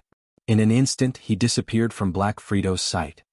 This freak, how can a human have this kind of power? He's so fast. Black Fredo's eyes were twitching wildly, and she couldn't stop blinking. Dustless's speed was so fast that she couldn't see him clearly with her naked eyes. Idiot, I'm behind you. A teasing voice came from behind. Black Fredo's big eyes were open to the maximum extent, and they were about to fall out of his eye sockets. In front of his line of sight, a Dustless suddenly appeared. That's just a shadow clone used to confuse you. As soon as Dustless finished speaking, there were a few bang bang bang sounds. In Black Fredo's eyes, Dustless turned into a piece of wood. Lightspeed kick. A pure golden shining foot fell down like Mount Tai, and the position was exactly on top of Black Fredo's head. Boom. Black Fredo spat out a big mouthful of blood on the spot. Under this huge force, his body was blasted vertically into the ocean. What? There were huge waves on the ocean and a large amount of seawater surged in all directions. As expected of Dustless, Sama, even if the opponent is the Black Dragon, it's not at all an opponent of the same level. The students of Midgard Academy who came by boat in the distance were surprised. When they saw Black Fredo being kicked into the sea, they all grinned and chuckled. The most obvious one was Keely. Her eyes narrowed into two lines. Even though Black Fredo had created her, he had abandoned her just because she failed a certain mission. He was extremely heartless. He shouldn't be so fragile. I still want to play more. That kick didn't scare me to death. As Wu Qin looked at the calm sea surface that was deathly silent, he thought to himself, he shouldn't have really died, right? His skin shouldn't be that brittle. After a few minutes, Black Fredo, who was kicked into the deep sea, still didn't move as if he was dead. Still playing dead. Dustless released his observation haki, and the sea area within a radius of tens of kilometers was included in his perception. Found it? His lightly closed eyes suddenly opened. Wu Qin looked into the distance with a soul-sucking light floating in his eyes. You don't know the difference between life and death. Do you feel sad that I didn't cut you into 8 pieces? Whiz whiz whiz. Without saying a word, Dustless once again turned into a light and swooped out, leaving a straight golden line in the sky. That guy seems to be crazy. White Leviathan was stunned, and his eyes followed the place where Dustless disappeared, and a small cruise ship appeared in front of him. Black Fredo knew that the gap between him and Dustless was too big, so he decisively chose other opponents. The target was the people of Midgard Academy. Compared with Dustless, this group of people was simply a soft lamb. Plop. The sea near the cruise ship exploded, and waves of tens of meters high rushed into the sky, and the sea began to shake violently. All this happened so suddenly that the moment the sea hit the cruise ship, it almost overturned it. What's the situation? These naive little girls all cried out in fear. Many of them even fell down, their noses bruised and their faces swollen. Someone attacked us, be careful. The dean showed a dignified look and ran to the deck to look at the sea under the deep sea. In a trance, he saw a fast-moving black shadow. This shameless guy, he can't beat Dustless, so he came to bully the weak? The dean clenched his fists and scolded Black Fredo for being shameless and despicable. Although he didn't see the real murderer, who else could it be except for Black Fredo? Bang bang bang. The blue sea exploded again and the water column rushed to the sky, and a dark figure flew out with the waves. I'm shameless? Isn't that guy shameless? Isn't he bullying the weak? Black Fredo's voice was extremely hoarse, and his eyes were red, full of great resentment. Looking around, he didn't look as majestic as before. First of all, the pair of black wings had been burned to ashes by the Tensho. Secondly, he was kicked by Dustless just now. Black Fredo's head was caved in, and the footprint was particularly obvious. Even without his wings, Black Fredo used his own strength to step on the sea with his hind legs. Chapter 59. How could he resist such a powerful attack with just a finger? Are we all living in a telepathic world? The hearts of all the spectators were filled with doubts as they looked at Wu Chen's tender body. He was not tall and his body was not strong. However, under such an ordinary body, there was an absolute power hidden. Whoosh, whoosh, whoosh, whoosh, whoosh. The black blade pierced through Artie's body and cut him into 8 pieces effortlessly. His limbs and the metal wings on his back were all shredded into pieces. Bang! Artie's body parts fell to the ground. His giant arm was so heavy that it created a deep hole in the ground. How did he cut through such a thick armor? Is he even human? The audience was stunned. They looked at Artie's body parts on the ground. Artie's armor was as thick as an arm, but it was still cut into pieces by the black coffin. Many people were so shocked that they started to doubt their lives. Bang! Bang! Bang! Artie's body parts fell to the ground one after another. His tall and mighty figure collapsed, and there was a pile of stone-sized debris on the ground. I lost. Artie's head was not destroyed. He could still talk, but his voice was full of disappointment. It seems that I'm not strong enough. Dustless was not happy or sad, nor did he have the pride of a victor. He said coldly, "You're wrong. It's not that you're not strong enough. In fact, you're already very strong. Your only fatal mistake is that you chose the wrong opponent." Dustless said nothing. A high-density energy ball jumped out of his hand. Boom, boom, boom. Artie's body parts were blasted into pieces. The fire burned everything and his body was completely destroyed. Do you want to surrender or do you want me to do it? Dustless stared at Rimsey calmly. She didn't flinch and looked at Camilla and Inesta.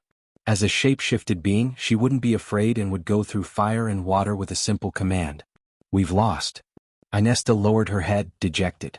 I admit defeat. Rimsey destroyed her school badge. The competition is over. Contestant Dustless from Starguide Academy and contestant Yuli's won this competition. This was a very exciting competition. The commentator's excited voice echoed in everyone's ears. Although Artie had been destroyed, which was the same as being killed, no one would care about his life since he was just an impersonation. To put it bluntly, it was just a bunch of data. After the end of the competition, Dustless and Yuli's had undoubtedly become stars. They were like stars surrounding the moon. Next was the last competition, and the contestant they were about to face was the strongest witch in history, Alphalia. When they returned, Dustless and the others were not happy at all even though they had won the competition. What? Flora is missing? Who did it? After returning to the lounge, Ulysses looked at Claudia and the others as if she had been struck by lightning. It seems that some things are unavoidable. No matter what, they will still happen. Wu Chen rubbed his temples with a headache and asked, Are there any clues? Is Tianwuyao? Claudia explained, I received a call from her earlier. She wants to fight to the death with you. If you refuse, she will kill the hostage. What a rascal. Ulysses' beautiful eyes spewed out scorching flames. All right. Since she took the initiative to come to me, I don't need to look for her. Dustless agreed readily. Actually, that woman is not bad. Unfortunately, she has a brother complex. I killed Tian Weiyao, so we are destined to be enemies. Dustless sighed and said with a regretful tone. At the same time, a cold light flashed in his eyes. Since she is an enemy, I can't do anything about it. I will be in charge of contacting her. Claudia turned and left, leaving only Dustless and Ulysses in the lounge. Don't worry. Tian Weiyao is not the kind of terrorist who would kill innocent people. Otherwise she would have killed Flora long ago. Dustless stroked Ulysses' pink hair that hung down to her waist. He patted the young girl's shoulder and comforted, I can guarantee this. Frankly speaking, even if there was a problem, there was still the outer Tao, reincarnation of heaven, to revive. About 30 minutes later, Claudia returned. The time of the battle to the death was set for tonight. That woman couldn't wait to take Dustless's head. In the evening, the sky was cold. According to the appointed location, Dustless came to a deserted area. There were all kinds of damaged buildings all around. After being washed by the rain, they were full of cracks. Looking around, there wasn't a single person within a few hundred meters. She really picked a good location. I almost got lost. Dustless stood on an abandoned building. The night was pitch black and he couldn't see anything clearly. Buzz buzz buzz. A chill suddenly surged behind his back. Dustless immediately felt as if he had fallen into an icy hell.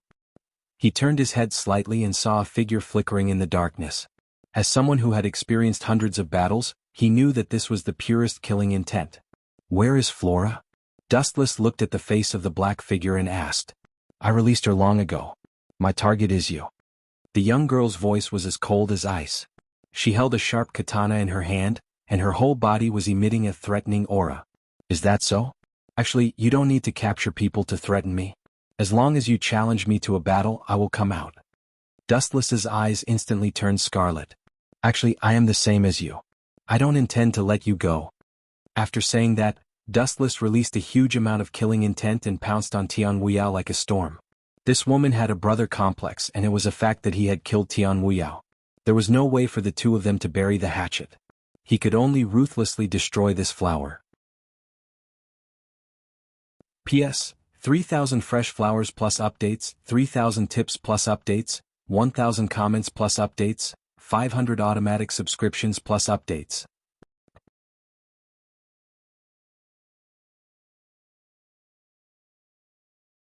Chapter 60. Is it uncomfortable for me to hug you? You're running a fever. After walking for a while, Dustless could not help but ask.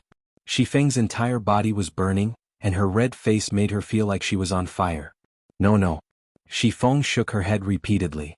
Her heartbeat sped up when she heard Dustless's words. After thinking about it, Shifeng could only take the initiative to change the topic. Otherwise it would be too awkward. She said, Teacher Dustless, what do you plan to do with Lucy and Wendy May? Actually, I don't have any ill intentions toward them. I don't intend to use or tame them. To be honest, they're too weak. They're not qualified to be my subordinates. Dustless's words shocked Shifeng. He actually said that the legendary level Pandora was not qualified to be his subordinate. That was too arrogant. However, judging from the strength Dustless had displayed, there was no need for him to take in his subordinates. He represented the strongest. Why would he need subordinates? Teacher, what's the meaning of holding them captive? Are you planning to hand them over to Sulier for research? Shifeng asked nervously. She had once been Aoi Django's test subject. She knew better than anyone how it felt to be used as a lab rat. It was a desperate life where one could neither live nor die. Upon hearing that, Dustless stopped in his tracks. He extended his finger and tapped Shifeng's forehead. Then he touched his cheek and muttered to himself, Do I look like a scumbag who betrays others? I'm obviously very handsome. Shifeng felt a little embarrassed when she heard Dustless's words.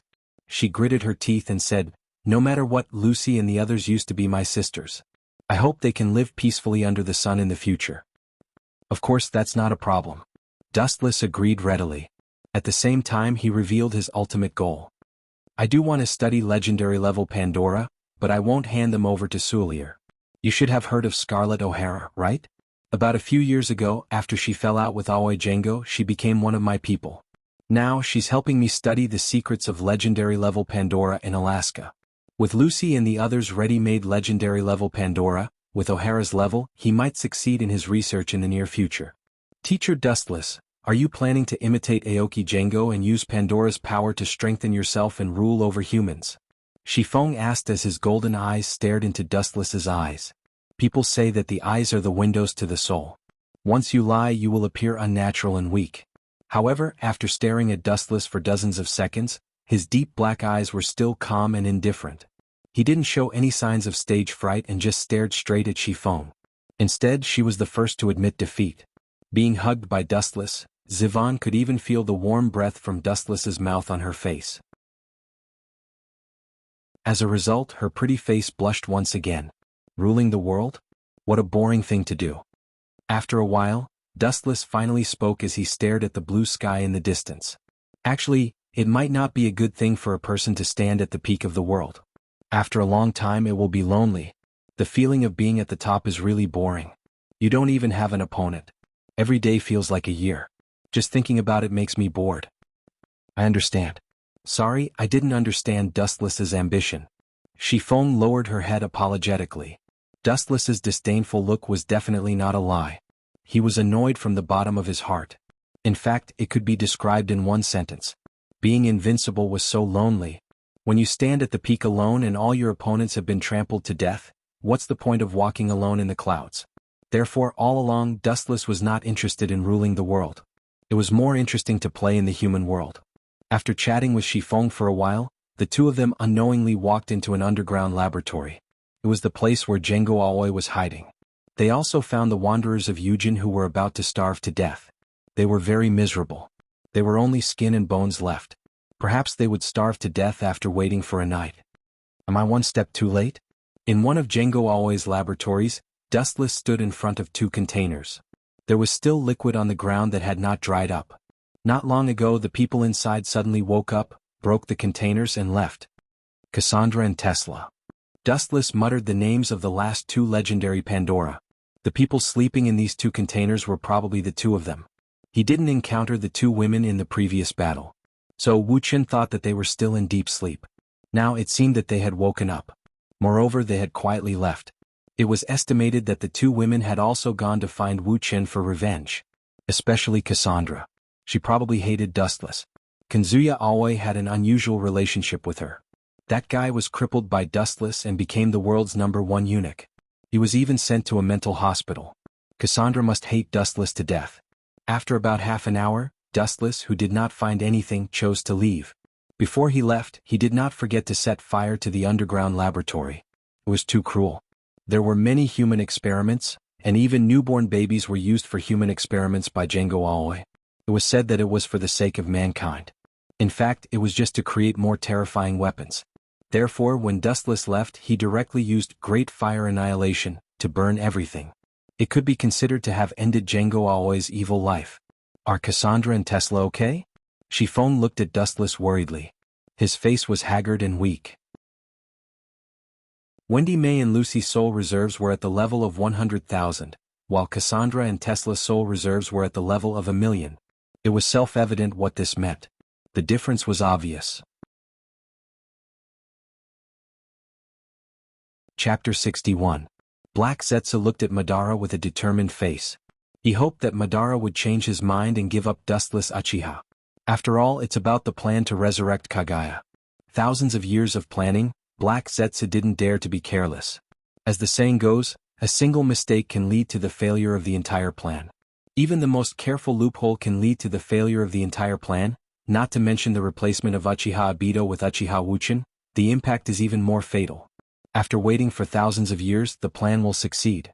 How can Black Zetsu let Dustless, such a little devil, mess up his plan? Madara-sama, that kid's pursuit of power has reached the point of madness.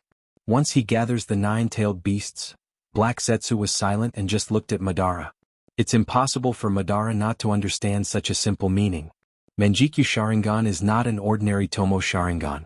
To a certain extent, it can see the content of the steel of the Uchiha family's Naka shrine. It's inevitable that Dustless will do something crazy. Hearing this, Madara's brows couldn't help but frown. His eyes flashed with hesitation and he began to hesitate.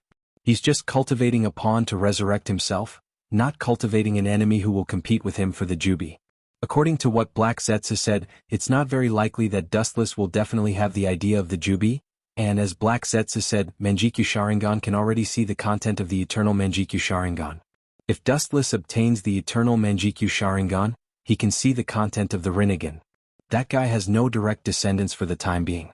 His parents are ordinary 3-Tomo Sharingan, and according to the number of times he uses his eyes are not far from self-sealing.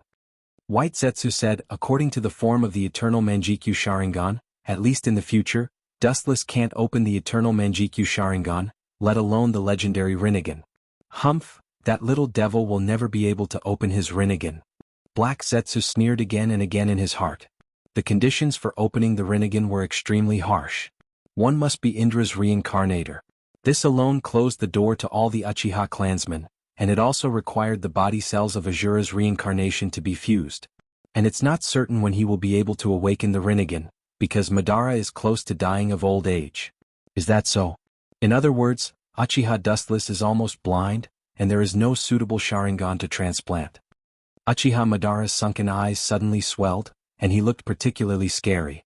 It's better to bring in Uchiha Obito and Uchiha Dustless, let them work together and monitor each other.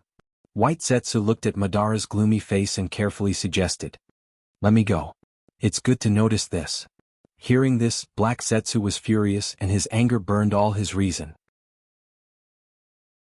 When he was about to scold White Zetsu, Madara agreed with White Zetsu's proposal and felt that the plan was feasible. "Madara-sama, this is not good, is it?" Black Zetsu's mouth twitched and he suppressed the anger in his heart. He said to Madara, "If you change the plan like this, unexpected things may happen, and it is not impossible for the entire Eye of the Moon plan to collapse." Black Zetsu looked at Madara seriously, and his tone was filled with endless sadness. "Don't worry." Madara looked at Black Zetsu in surprise, and doubts emerged in his heart. Usually, Black Zetsu was obedient to his orders. Today he always blocked Dustless intentionally or unintentionally. However, although he was confused, Madara didn't think much about it, because he always regarded Black Zetsu as the incarnation of his will, and he never suspected that Black Zetsu had other motives. The so-called plan is the prototype of my resurrection. There is a saying that the world is changeable and the plan can't keep up with the changes. There is no such thing as an airtight plan designed by human beings. Any plan would have a loophole that no one knew about. Moreover, no matter who set it up, there would always be loopholes. This was something that Madara could accept.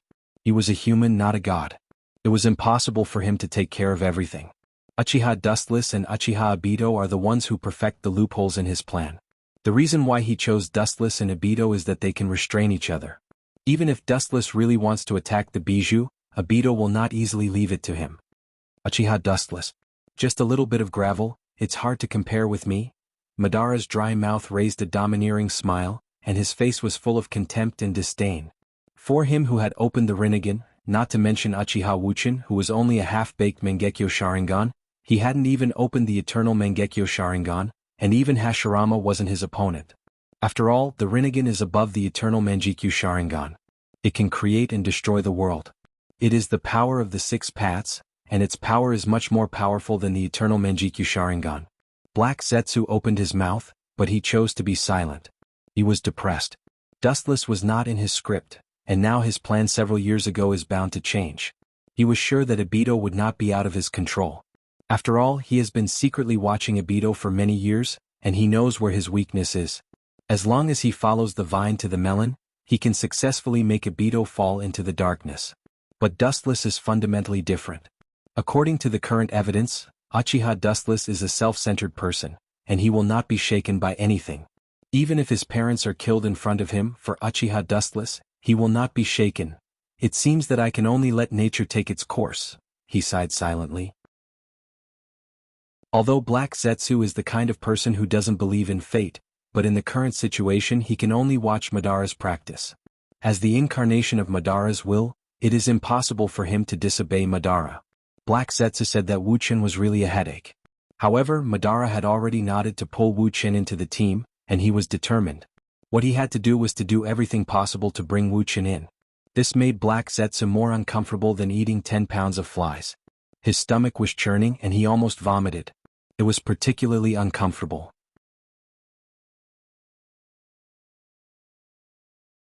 Chapter 62. Time flew by like a white steed.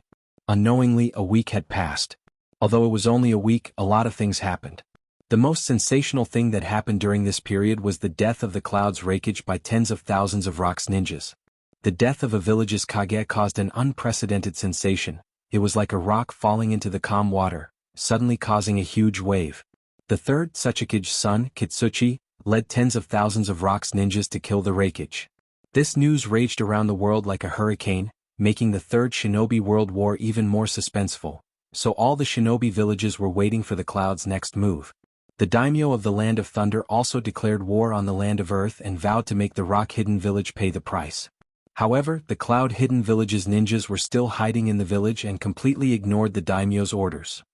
The war against the Earth Country was inevitable, but the premise was that the new Raikage must be chosen, so in a short time, the Cloud had no military force to attack the Rock Village. Konoha was defeated by the Earth Country, and then the third Raikage was killed by the Rock Village. For a while, the entire shinobi world was in awe of the Rock Village. Some of the smaller countries that were hesitant to join the Rock Village, which made Inoki's life extremely good these days. But that wasn't the case. In the tent, the atmosphere was oppressive and heavy. Inoki was looking at the information in his hand gloomily, and his old face changed dramatically. He was panting and his face was extremely gloomy, and he was about to go berserk. Tsuchikage-samayu. The Gobi's Jinchuriki carefully looked at Inoki's face and couldn't help but feel numb. Looking at Inoki's angry face, he knew that the information in his hand must be about the defeat of the Rock Hidden Village, or the defeat treaty that the Cloud Hidden Village ordered the Rock Hidden Village to sign. Otherwise, Inoki wouldn't be so angry. This old man cherished his life very much, otherwise he wouldn't be alive now. That damn muscular man is really not an ordinary person. Chakra surged, and the information in his hand was shattered into pieces. The muscular man he was talking about was naturally the Cloud's Raikage. Facing the attack of tens of thousands of Rock's ninjas, he could last for 3 days and 3 nights. Speaking of this, Inoki took a deep breath. Although the Raikage wasn't that old, he was in his 40s or 50s. What made Inoki speechless the most was that the old guy was not killed, but died of exhaustion. In other words, if he still had physical strength and chakra, he would have been able to fight without any restrictions. Luck? Inoki scolded, and his expression became gloomier. It's good to kill the Raikage, but the loss of the Rock Village was also terrible. More than 2,000 ninjas were killed. Fortunately, the Raikage is dead. Suppressing the anger in his heart, Inoki also calmed down and then began to smile again. Looking at the map on the table, the small earth-colored flag almost occupied the entire map. Staring at the small red flag that had been swallowed up in front of him, Inoki's mouth raised into a sneer. That was Konoha's ninjas. We must quickly deal with Konoha. Soon the Cloud's ninjas will attack us. Frowning, Inoki said worriedly, and a hint of viciousness flashed in his eyes. He naturally understood the simple truth that a great man must be ruthless, and a small man must not be a gentleman. If they don't clean up Konoha's ninjas in time, facing the Cloud's attack, the Rock's ninjas might really be destroyed. But after the Sannin came 3 days ago, they have stabilized the situation. We have no advantage at all. The Yambi's Jinchuriki looked at Inoki coldly, and his words were full of sarcasm and dissatisfaction. Everyone knew that he had a bad relationship with Inoki. Old Rashi looked at him coldly. He was against attacking the Raikage from the beginning, because it was useless to be arrogant, and it would bring disaster to the village. Especially since the Cloud Village also has 2 Jinchuriki, and the whole country is full of fighting faction. It's useless for you to say this now. Inoki also stared at Old Purple coldly with a fierce look on his face, and then rolled his eyes, showing a look of a dead pig not afraid of boiling water. Obviously he was saying that he was the Tsuchikage. If you don't agree, then bite me. Seeing Inoki's attitude, Old Purple was furious. His breath was filled with sparks. It was obvious that he was on the verge of turning black. Don't be angry, don't forget that Konoha is still watching us. The Gobi's Jinchuriki smiled bitterly. The relationship between Inoki and Old Rashi was like this.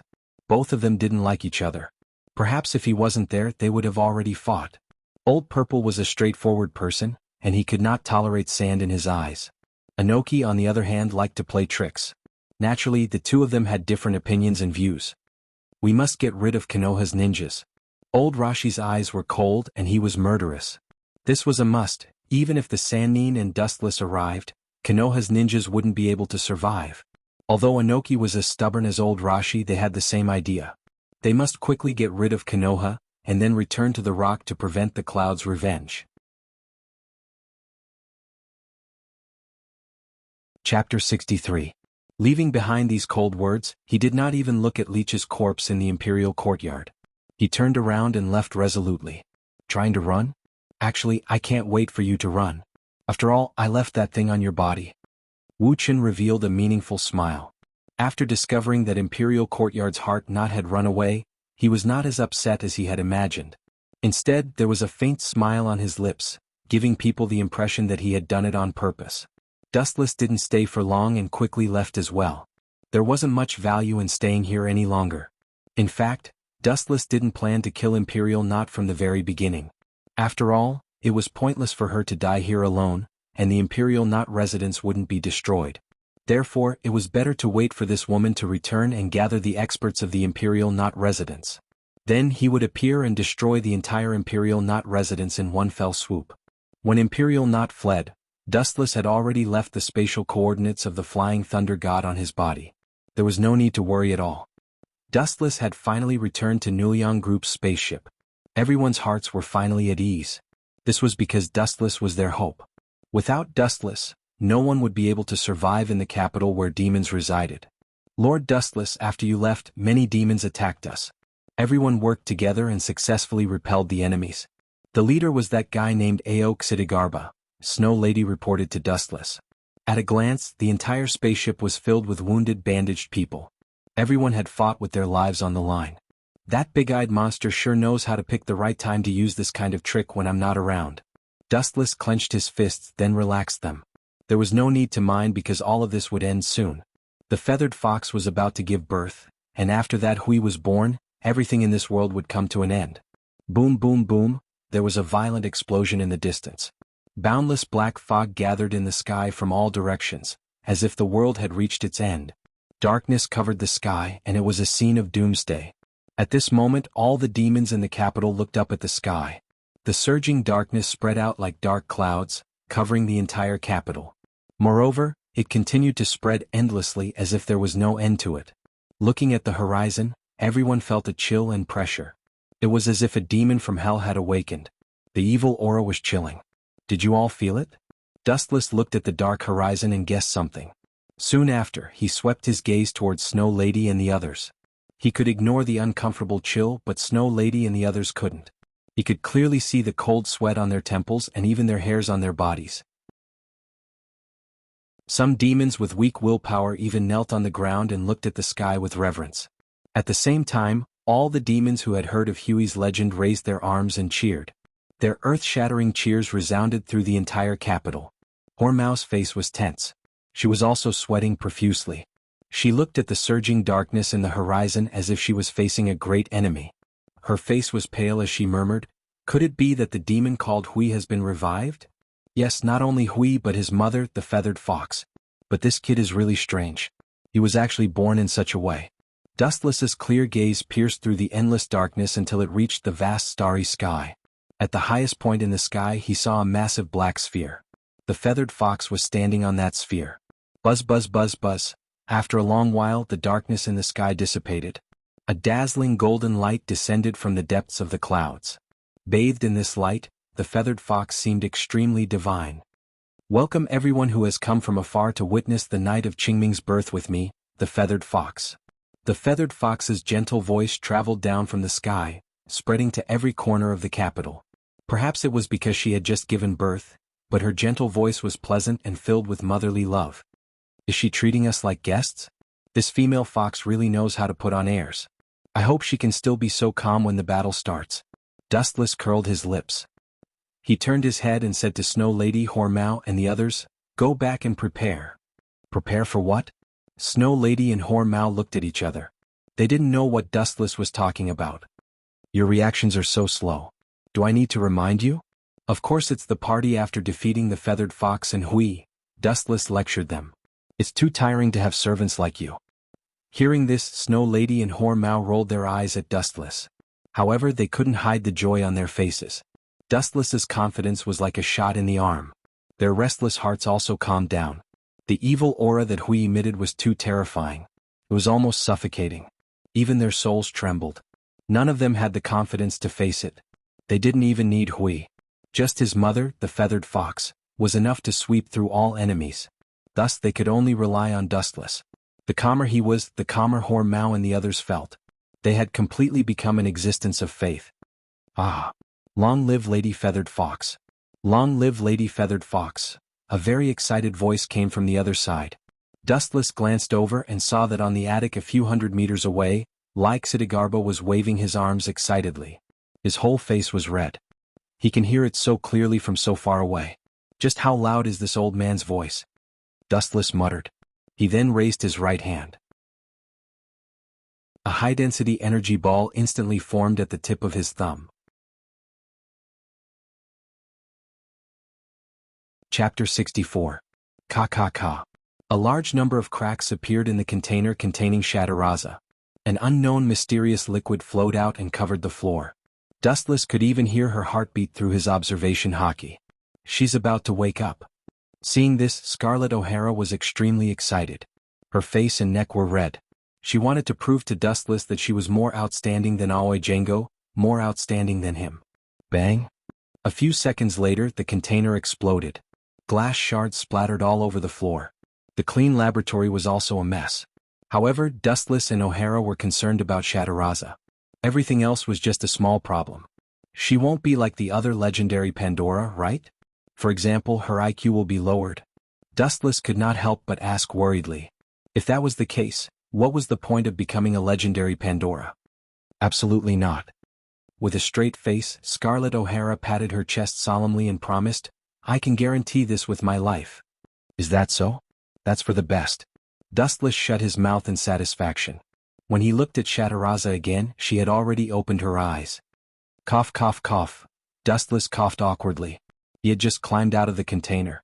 At this moment, Shataraza was still naked. He could only put his clothes on Shataraza's body to avoid exposing certain important parts. Dustless. Shataraza's eyes were hesitant as she called out Dustless's name in a daze. She rubbed her head. How long have I been asleep? My head is dizzy and I feel like my body is about to rust. It's been a few months. Your transformation is complete and you just woke up, Dustless answered truthfully. Then he asked expectantly, "Can you move? Try attacking me." Scarlett O'Hara also looked at Shataraza with a hopeful expression. She wanted to prove to everyone that the legendary Pandora she had developed was better. Otherwise, she would be letting down Dustless's cells. Okay. Shataraza's cute dimples appeared on her cheeks as she said to Dustless, "You have to be more serious." Hearing this, Dustless chuckled. "The cells in your body are not only Maria's but also mine. Do you think I will lose to my own ability? Then you're in for a big surprise." Suddenly, her body flickered and she disappeared without a trace. Dustless could not help but be astonished when he saw this.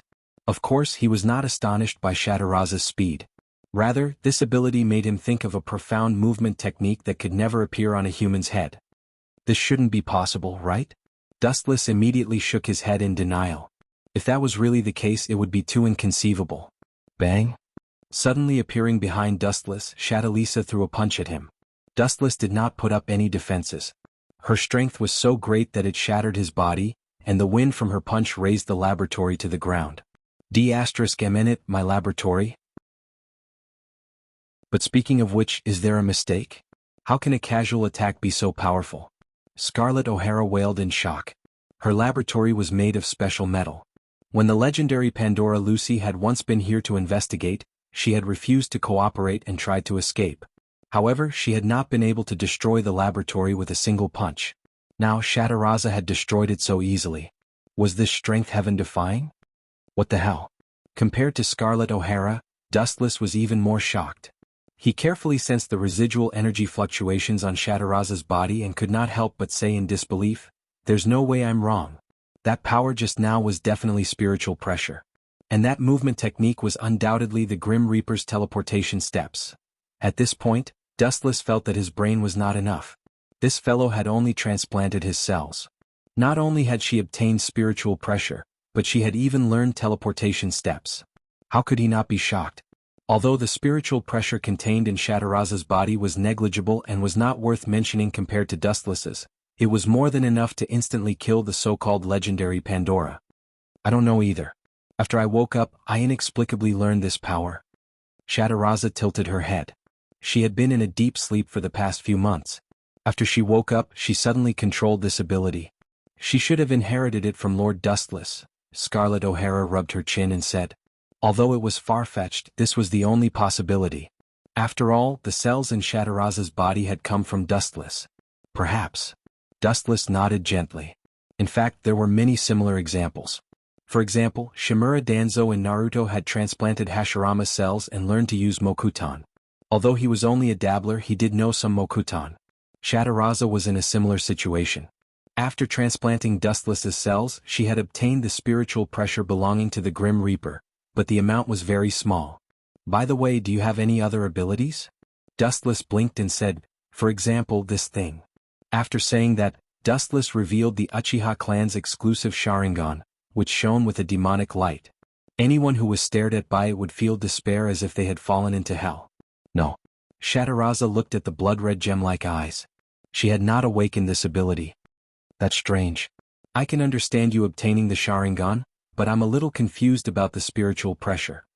Dustless was puzzled, but he could not figure out the reason.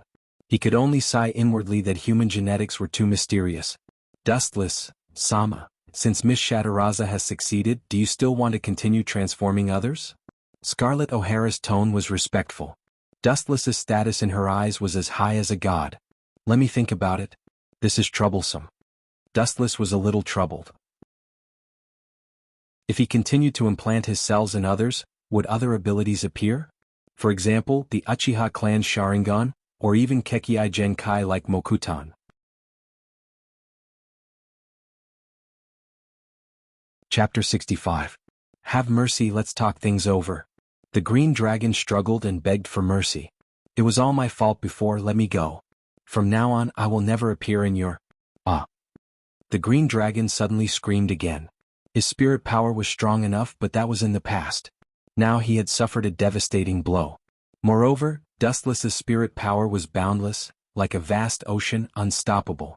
The green dragon realized that he could not hold on any longer and kept vomiting blood. If you knew this would happen, why did you do it in the past? There's no medicine for regret in this world. Dustless looked indifferent as his majestic spirit power continued to invade the green dragon's body. Previously, the green dragon could control his body skillfully. Now he was suppressed by Dustless in a corner and could not move. Moreover, the range was shrinking rapidly. I'll fight it out with you. The green dragon gritted his teeth, and his tone was filled with madness. Using the last of his spirit power, he responded to Dustless's attack and chose to go all out. However, this would only cause him to die faster. I'm the Ten Tails and I've been polished by countless worlds. I don't even know how strong my spirit power is and you want to fight me? Dustless grinned and sneered, looking extremely confident. Looking at it carefully, most of the charred wood had turned emerald, glowing with strong vitality. Only the bottom was still a little black. This was the position that the green dragon currently occupied. There was only a little bit of it left, and it was already a candle in the wind. What could he use to fight Dustless? Therefore, no matter how much he resisted, he could not change anything in the end. It's finally over. After about 10 seconds, Dustless breathed a sigh of relief. Looking around, the charred branch had turned completely green, and other branches and leaves had grown out, growing healthily. However, it was no longer the green dragon who was controlling it, but Dustless. He had become a new center. The green dragon's authority is not bad. Dustless closed his eyes, and his body and mind were completely immersed in the body of the small branch. Ka. Roots grew from the roots of the branches at a speed visible to the naked eye, firmly burrowing into the depths of the soil. Dustless followed suit and began to devour the nutrients of all the plants around him like the green dragon. Let's go somewhere else. The plants here have all been burned or swallowed by the green dragon. Dustless opened his eyes. The battle between the two had already damaged the land. Wait. Dustless's gaze suddenly froze. He suddenly felt a small portion of energy enter his body. His gaze swept towards the small branch, and his pupils violently contracted. The small branch didn't change much. It was still rooted there, but the ground around it was very different. The soil had already turned into sand. Interesting. It seems that my authority has been elevated after I obtained the identity of a green dragon. Dustless's voice carried a rare hint of joy. He seemed to be quite concerned. Green dragons could only target plants. After Dustless became a third-generation green dragon, not only could he target plants, but he could also devour land, other energies and even life forms. This was a completely different divine tree. Of course, to Dustless these were not important. The road ahead won't be smooth sailing. To a certain extent, this is considered a second life. Dustless looked at the small branch and pondered. Even though he was destined to be immortal as the 10-tailed beast, everything was uncertain. If he encountered an unprecedented enemy and was killed by some heaven-defying method, the small branch on this planet would live on as the second Dustless. By a stroke of luck, I managed to get a pretty good trump card. Dustless stretched. His body slowly floated up. Looking at the distant horizon, he turned into a ray of light and disappeared. As for the small branch, it changed its location and hid in a secret place deep in the mountains. As Dustless's second clone, this body didn't need to be very powerful. It only needed to survive intact. Are we almost there? A ray of golden light swept across the sky. Dustless stared at the island in the distance and sped up. In this world, most of the dragons had been wiped out by Dustless. Although there were still a few dragons hidden, he had already ordered the dean to recruit them. If he refused, then sorry, he would end up like the other dragons. Currently, there was still the white leviathan and the so-called golden dragon wind-breaking vulture. At the same time, Dustless also descended on Midgard Island. But something's not right. What's going on? Looking at the ruins in front of him, Dustless was stunned for a moment. After a series of crises were resolved, Midgard Academy had been rebuilt. But where did the ruins in front of him come from? There was obviously an intense battle. Dustless suddenly had a bad feeling in his heart. Lord Dustless. A familiar voice suddenly sounded. Dustless looked up and saw a young girl running from afar. It was Elise, whose face was covered in dirt. Moreover, there were many wounds on this child's body. It seemed that she had been in a fierce battle before. Where are the others? Dustless asked with a dark face. He had a bad feeling. The Leviathan of White ambushed us, and many people were captured by him. Elise explained with a sad face. Originally, we tried to rope in the gold dragon according to Lord Dustless's orders, but that guy rejected us. Naturally, a fierce battle broke out between us. So, we decided to work together. With the help of the White Leviathan, we successfully killed that guy. But in the end, for some unknown reason, the White Leviathan betrayed us and ambushed the Dean and the others. Many of the others were captured by him. That bastard must be tired of living. Dustless's murderous intent was awe-inspiring. Traces of shocking cold air overflowed from his body. Although he had nothing to do with the White Leviathan, he felt betrayed at this moment. P.S. 3,000 flowers plus updates, 3,000 rewards plus updates, 1,000 comments plus updates, 500 automatic subscriptions plus updates.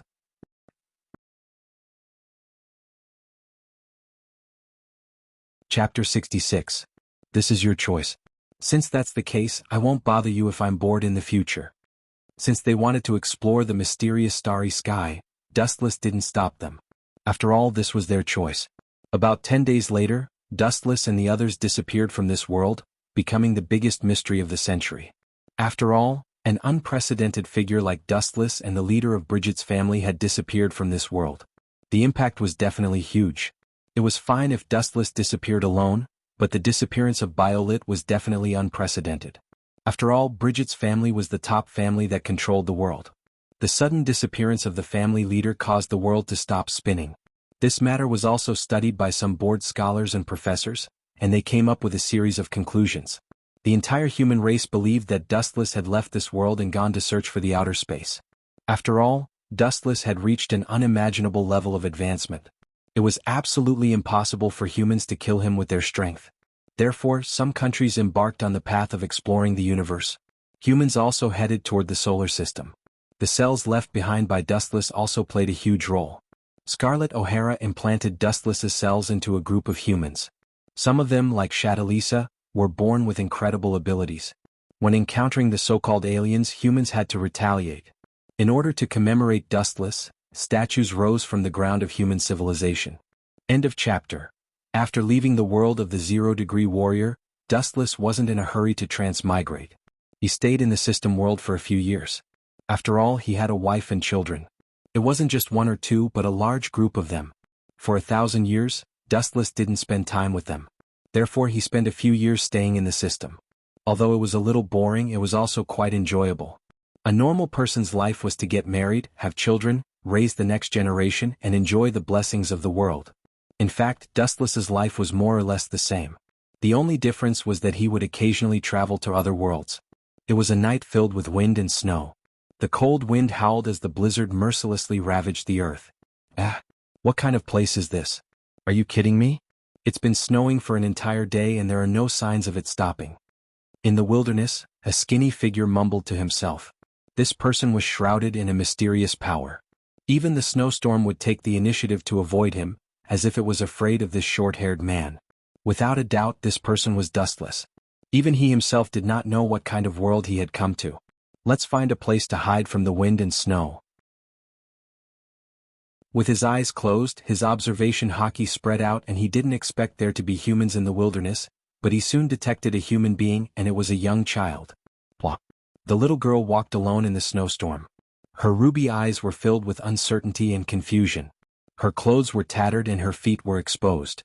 However, the little girl was like a walking corpse. She didn't feel cold at all. Kid? Suddenly in front of the little girl, a big man appeared. This person was dressed so tightly that his face could not be seen clearly. Only a pair of eyes were jumping with a strange red light. Who are you? The little girl asked doubtfully, looking at the person in front of her. It doesn't matter who I am. What matters is, the mysterious figure revealed an evil smile and suddenly opened his mouth, revealing two sharp fangs. I'm hungry. Can you offer your blood to me? After that, the man took off his hat, revealing a distorted and ferocious face.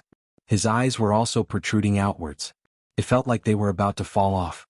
It was extremely scary. Don't come over. The little girl was also shocked and panicked. She turned around and ran, but because the snow was too thick, she fell into the snow with a plop. She stared at the strong man who was closing in on her, her eyes full of fear and despair. Kid, your eyes are really interesting. I like the look of despair in humans. Also, your blood must taste good, right? The big man laughed evilly. He even stuck out his tongue. Obviously, this guy was not a normal human. You even attacked a child. Your interests are really unflattering. A cold voice suddenly came. The big man and the little girl were stunned. They looked in the direction of the voice. Dustless walked over slowly with a calm face. The wind and snow took the initiative to avoid him. He put his hands in his pockets and took the initiative to greet them. He was very leisurely, giving people the illusion that he was taking a stroll after dinner. Yo! Dustless walked to the little girl's side and took the initiative to greet her. I beg you, please save me. The frightened little girl subconsciously threw herself into Dustless's arms. Her eyes were filled with tears. Her cold little hands hugged his neck tightly. This was her only life-saving straw. Meddling in other people's business. Let's die together. The big man roared and pounced over in anger. Tens ho! Dustless blinked his eyes gently. Black flames suddenly fell on the man's body and evaporated him instantly. Even his corpse did not fall. The bad guy is gone. What's your name? Dustless rubbed the little girl's head. It was too boring in the mountains. There was no one to talk to. Then he asked in boredom, also, you don't look like a normal human. Dustless lowered his head and pondered. The little girl in front of him looked like a person. Their experiences were almost the same. Jilan Yuji. You're tuning in to the Han Lee's Wuxia Chronicles YouTube channel. We're so grateful for your support and don't forget to subscribe to join us on this incredible journey through captivating stories. Your generosity through donations truly makes a world of difference, as it's the primary source of revenue that allows me to expand and enhance this channel for you. Thank you from the bottom of my heart for being a part of this adventure.